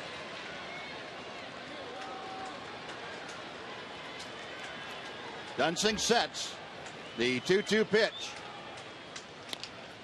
Chopper, that won't get the job done. Second baseman Dozier on to first. 2 outs. And it'll be up to Elvis Andrus. And he is not going to face Dunsing. Instead, Ron Gardner wants the right-hander to come in here with Gentry at third. And now 2 outs. So Leonis Martin can't get Gentry home. Rangers still have the tying run at third. Now there are 2 outs, and Elvis Andrus coming to the plate. Pitching change underway here at Rangers Ballpark in Arlington. We'll be back right after this on TXA 21.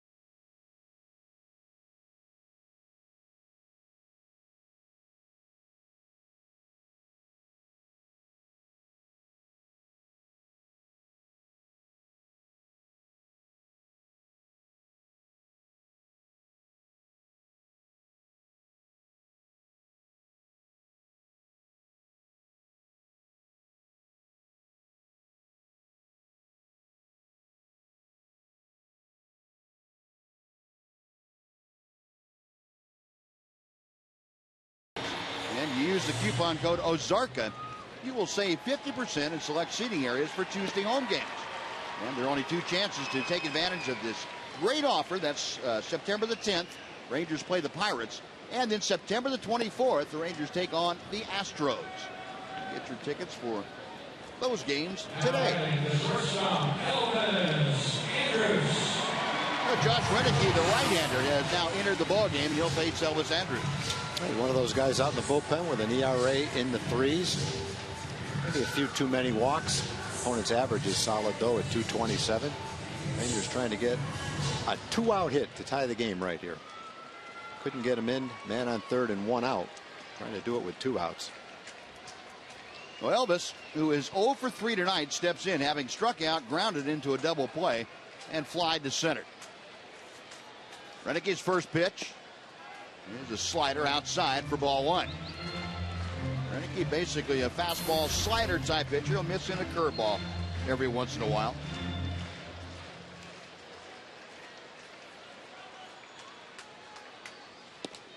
Misses outside. It's 2-0 now. Josh Renicky, a 31-year-old right-hander. Twins claimed him off waivers last offseason from Colorado. Spent the last couple of years with the Rockies. Chopper to short. 2-hopper into the glove of Florimon and on to first. That will do it. So the Rangers have a 1-out triple and leave Gentry stranded at third. We're going to the 8th. It's the Twins 3, the Rangers 2 on TXA 21.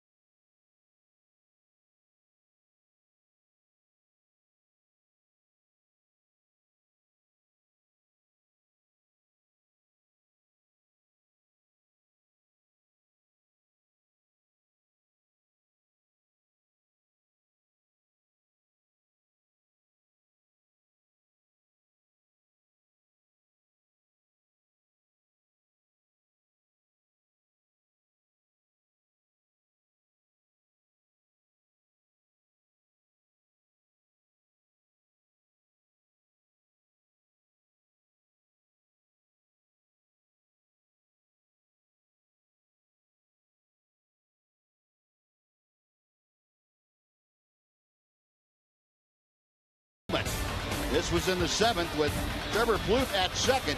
A base hit to center field by Clay Thomas, and Leonis Martin with his 11th throw out of the year. The outfield assist, and that prevented the Twins from taking a larger lead. And first ball swinging here in the top of the 8th inning.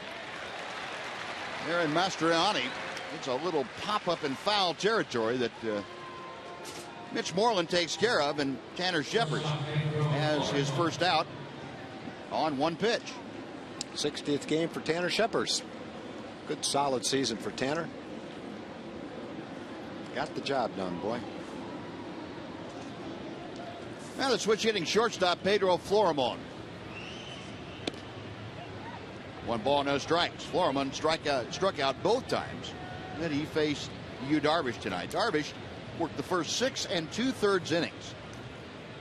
Gave up all 3 runs, 3 hits, 2 of them home runs, 2 walks, the 11 strikeouts, and he had not allowed a hit going out for the 7th inning. Greg Gentry, by the way, and staying in the ball game, taking over in left field. Florimon going to try and bunt his way aboard, and it's going to be a base hit, as you had to wait for that thing to come down out of the air, and nothing Tanner Shepard could do. And Florimon a bunt single with 1 out here in the 8th inning.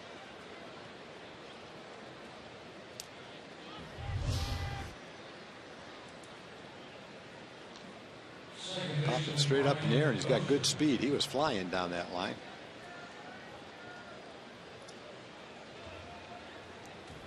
Well, as I was saying about Darvish, he had not allowed a base hit, and it only walked 1 going into the 7th inning. Walked the leadoff man Brian Dozier on a 3-1 breaking ball, and then gave up a home run to Chris Herman to tie the game.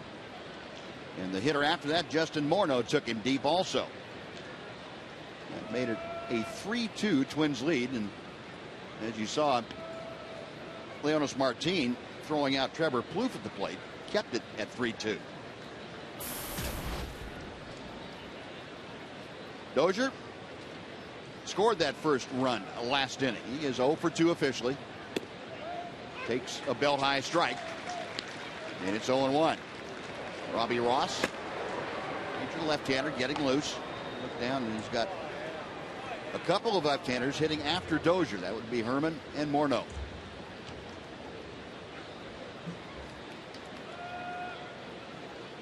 Shepard's ready for the 0-1 pitch. Instead, he'll drive Florimon back.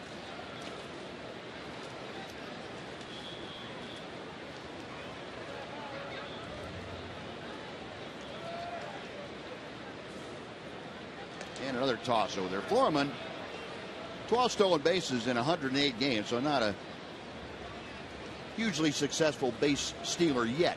12 out of 16.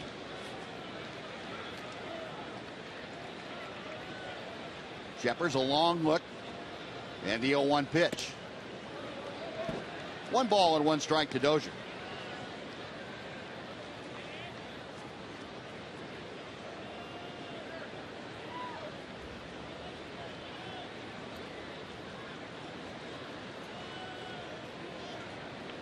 Tanner Shepard's the winner in the game on Tuesday night in Seattle, that 10-inning Ranger win. Maybe as good a stuff as we've seen him have, at least in the last several weeks. Outstanding fastball with a lot of movement on it.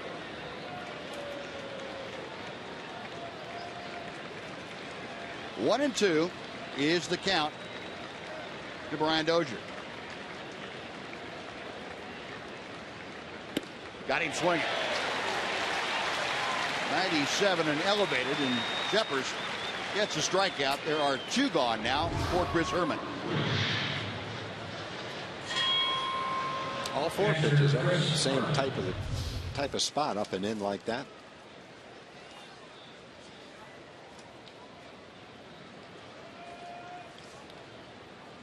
So 2 gone. Herman had the game-tying home run, his 4th home run of the year.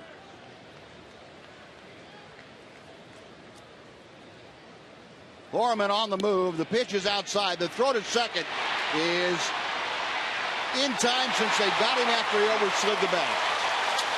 Foreman couldn't put the brakes on quickly enough, and Elvis Andrus staying with him, and they get Foreman at second. No runs, one hit, nobody left. Rangers come to bat in the bottom of the 8th inning after this throwout of Pedro Florimon, trailing 3-2.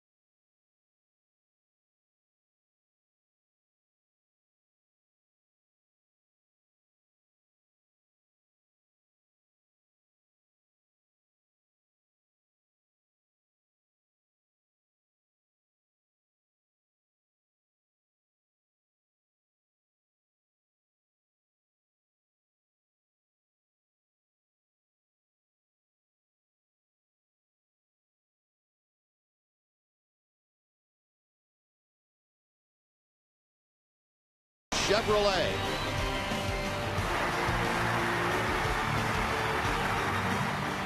Well, the Rangers coming to bat now in the bottom of the 8th inning, still trailing 3-2. And they will face yet another pitcher coming out of the Twins bullpen. That is Jared Burton. Jared Burton has almost the opposite record that we saw from Brian Dunsing. He's 2-8. Pretty good record, though. 3.77 ERA. Good opponent's batting average. Pretty good solid numbers for him. Now Burton, a 32-year-old right-hander, on here to face the meat of the Ranger order. That's Kinsler, Beltre, and Pierzynski. And a breaking ball to the outside corner. It is strike one. A lot of change-ups and breaking balls from Burton. Primarily a slider, good straight change. Ian Kinsler tonight 1 for 3. Singled back in the 4th inning and scored what has been the last Ranger tally of the ballgame. Rip and a miss on the off-speed pitch. It's 0-2. Rangers had a great opportunity presented to them in the 7th. A one-out triple by Craig Gentry. But then Leonis Martin, a little one-hopper right at the second baseman Dozier, who was playing in. And no chance for Gentry to score. Then Elvis Andrus grounded out with 2 outs to end the threat. 0-2 pitch.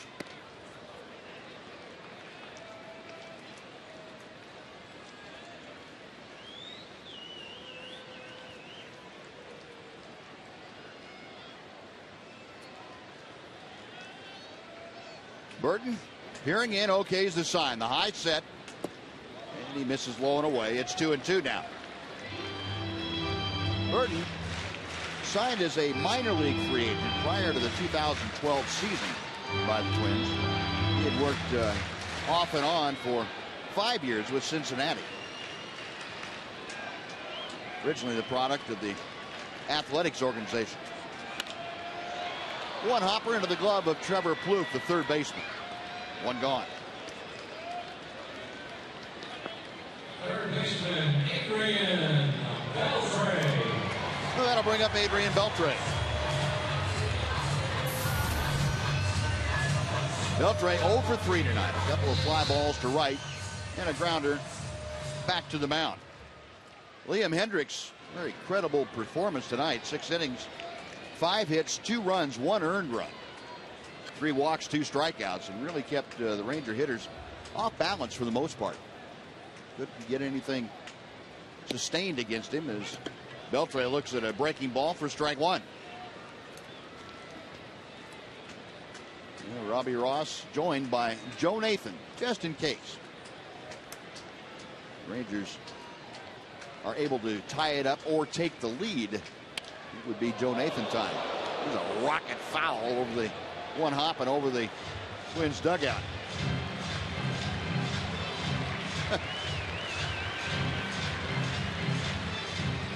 Oswaldo Arcia, one of the youngest Twins, said, "Hey, why me? I've got a lot of my life left in front of me."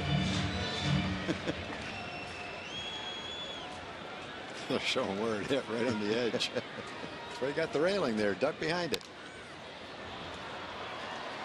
Still 0-2 as Beltre spoils a pitch down and away.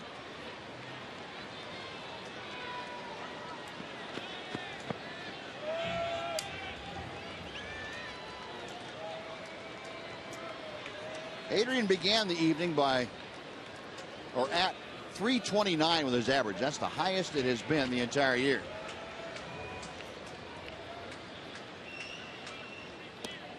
Checked his swing on the pitch, low and away. It's 1 ball and 2 strikes.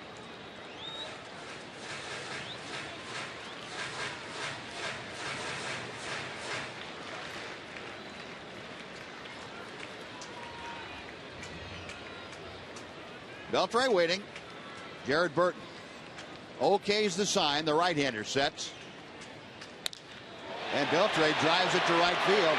Back goes Mastriani. He has room in front of the warning track. Makes the catch. That is out number 2. Beltre now has gone that way 3 times. No success. And it'll bring up A.J. Pierzynski. It looked like he hit that ball. No, he hit it a little bit off the end of the bat, it looked like. You can see the pitch is a little bit outside. I think with that kind of trajectory to that part of the ballpark, if he hit it on the good part of the bat, he would have hit it hard enough to sneak it out of here. The ball just didn't carry based on where it hit his bat, it looked like. Well, here's AJ, who has a hit in 3 trips. And first ball swinging. It's a fair ball. And Morneau will take it to the bag well ahead of A.J. Pierzynski. Burton has a 1-2-3 inning. The Rangers out on the 8th. We're going to the 9th. It's the Twins 3, the Rangers 2 on TXA 21.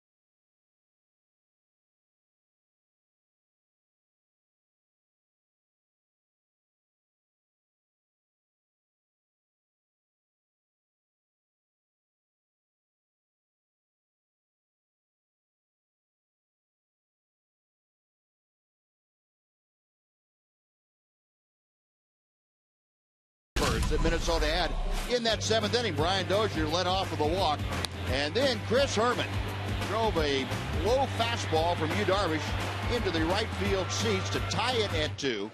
One hitter later, Justin Morneau, a hanging slider And that left the yard in a hurry against Yu Darvish. That made it 3-2 Minnesota, and that's where we stand going to the 9th inning. And Robbie Ross will relieve Tanner Scheppers and come in and pitch the 9th inning. Robbie, like most of the guys out in the Ranger bullpen, having a nice season. And the catcher, Chris Herman, who was at the plate when Pedro Florimon was caught trying to steal. Takes strike one from Robbie Ross. Left-hander back to the plate. Ripping a miss. It is 0-2.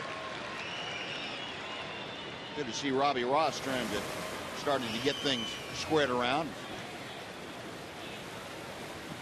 The closer, Glenn Perkins, warming up for Minnesota. Pitched the 9th inning. A ball and 2 strikes. Well, the Twins are in the middle of a 5-game losing streak. The Rangers in the middle of a 3-game winning streak. And things have been reversed here a bit tonight. 3-hopper out to Ian Kinsler. That is out number 1. Chris Herman dispatched, and now Justin Morneau will come to the plate.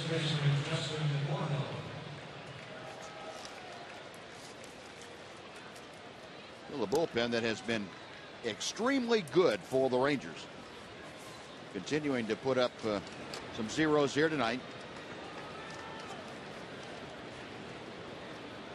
Morneau, his 17th home run of the year last time, and he pops this one high in the air down the left field line. Beltre at the tarpaulin. And it's back out of play as Gentry over there to take a look also.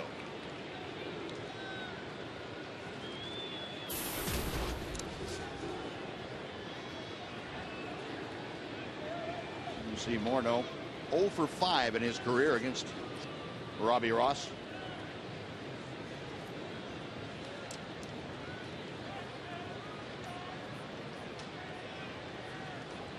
Robbie okays the sign. The 0-1 pitch coming. Now 0-2.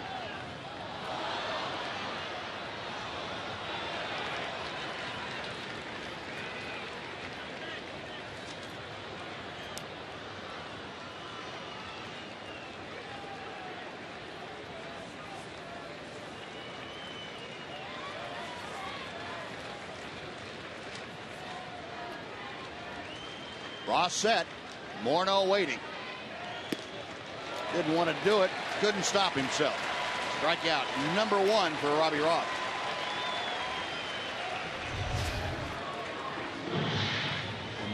Most of the pitches Robbie throws break away from a left-hand hitter.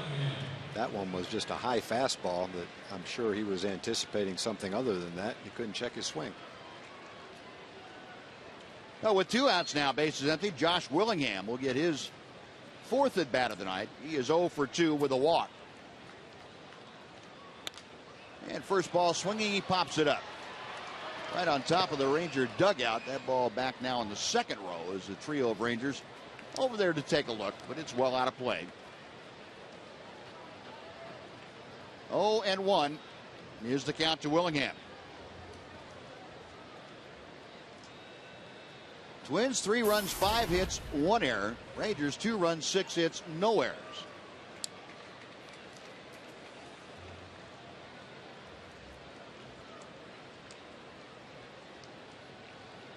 Ross nods in agreement. Base hit to left field. But Willingham going down and getting that pitch from Ross and driving it to left field. A 2-out single has him aboard, and it will bring up Ryan Domit. Yeah, Willingham only hitting .211 this year. Only has 12 home runs. Missed some time. Disabled list, but he's a guy that frequently has hit close to 30 home runs, right around 30 home runs, knocked in 90 runs or more. Domit 0 for 3. 1 ball, no strikes. Turning around to hit from the right side of the plate first time tonight. He had faced Yu Darvish in his other 3 attempts. Ross with a 1-0. Now 2-0.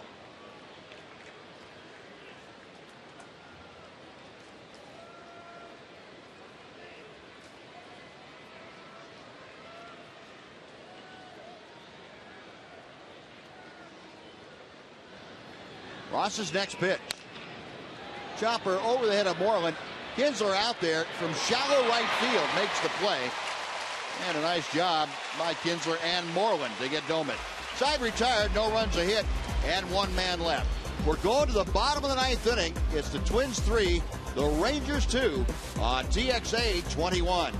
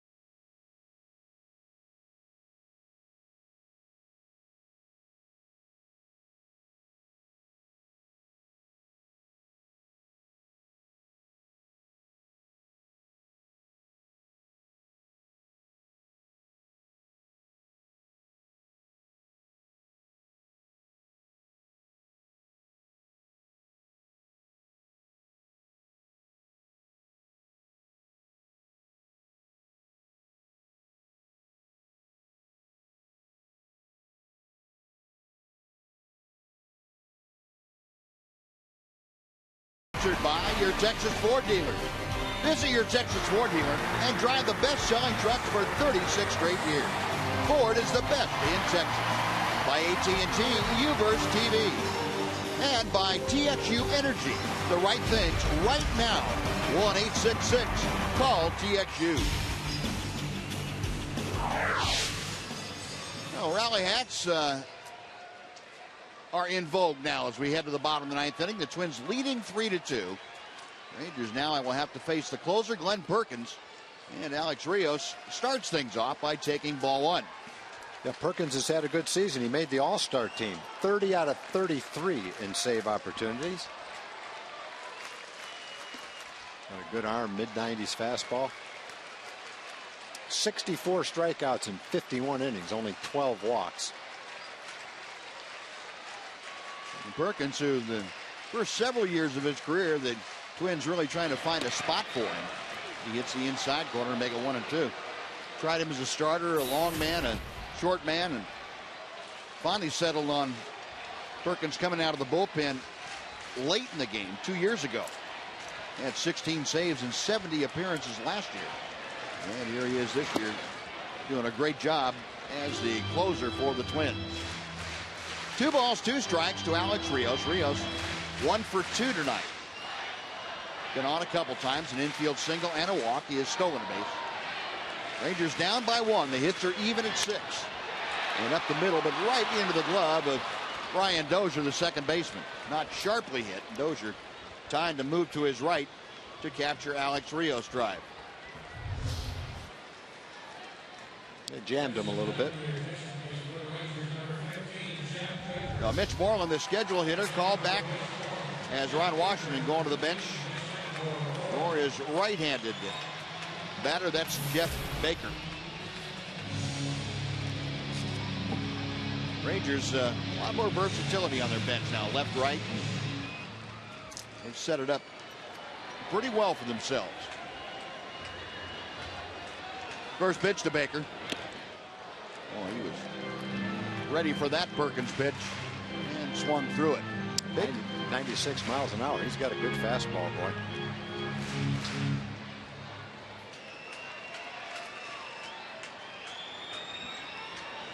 Got Baker, a .298 hitter.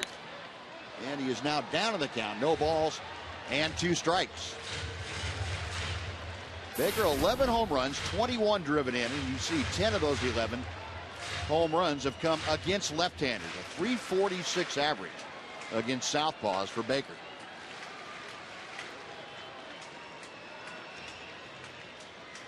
In the dirt, Perkins pulling the string, and the count goes to a ball and 2 strikes. Perkins, a 30-year-old from the Twin Cities area.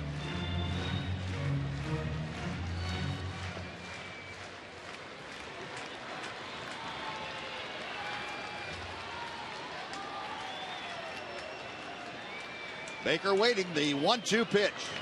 Got him swinging. Boy, a nasty slider down and in. And the Rangers now down to their final out. Jurickson Profar coming up.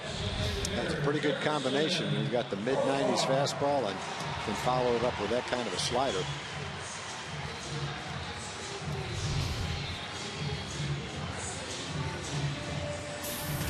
Well, Profar 1 for 3 tonight, although he's hit the ball sharply all 3 times. Homered in the 3rd, his 5th of the year. He was robbed on a nice play by Brian Dozier in the 4th. And last time up, robbed by Justin Morneau, the first baseman, on a screaming line drive right down the line. No balls and a strike. That will even the count at 1-1.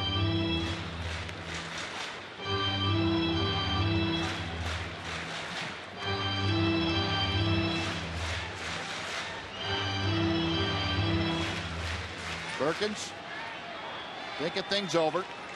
Gets the sign he wants from Herman. Rip and a miss. 1-2 to Profar. He's one of those guys, Buzz, that throws an easy 95. No maximum effort with him. Yep. Just flips it up there. Boy, that's got to be really deceptive, too, for the hitters. Only getting a chance to see him one time in a ball game. Pretty tough to adjust, I would think. Yeah, nice smooth delivery. Wow. Call strike 3. Profar knew it, and that will do it.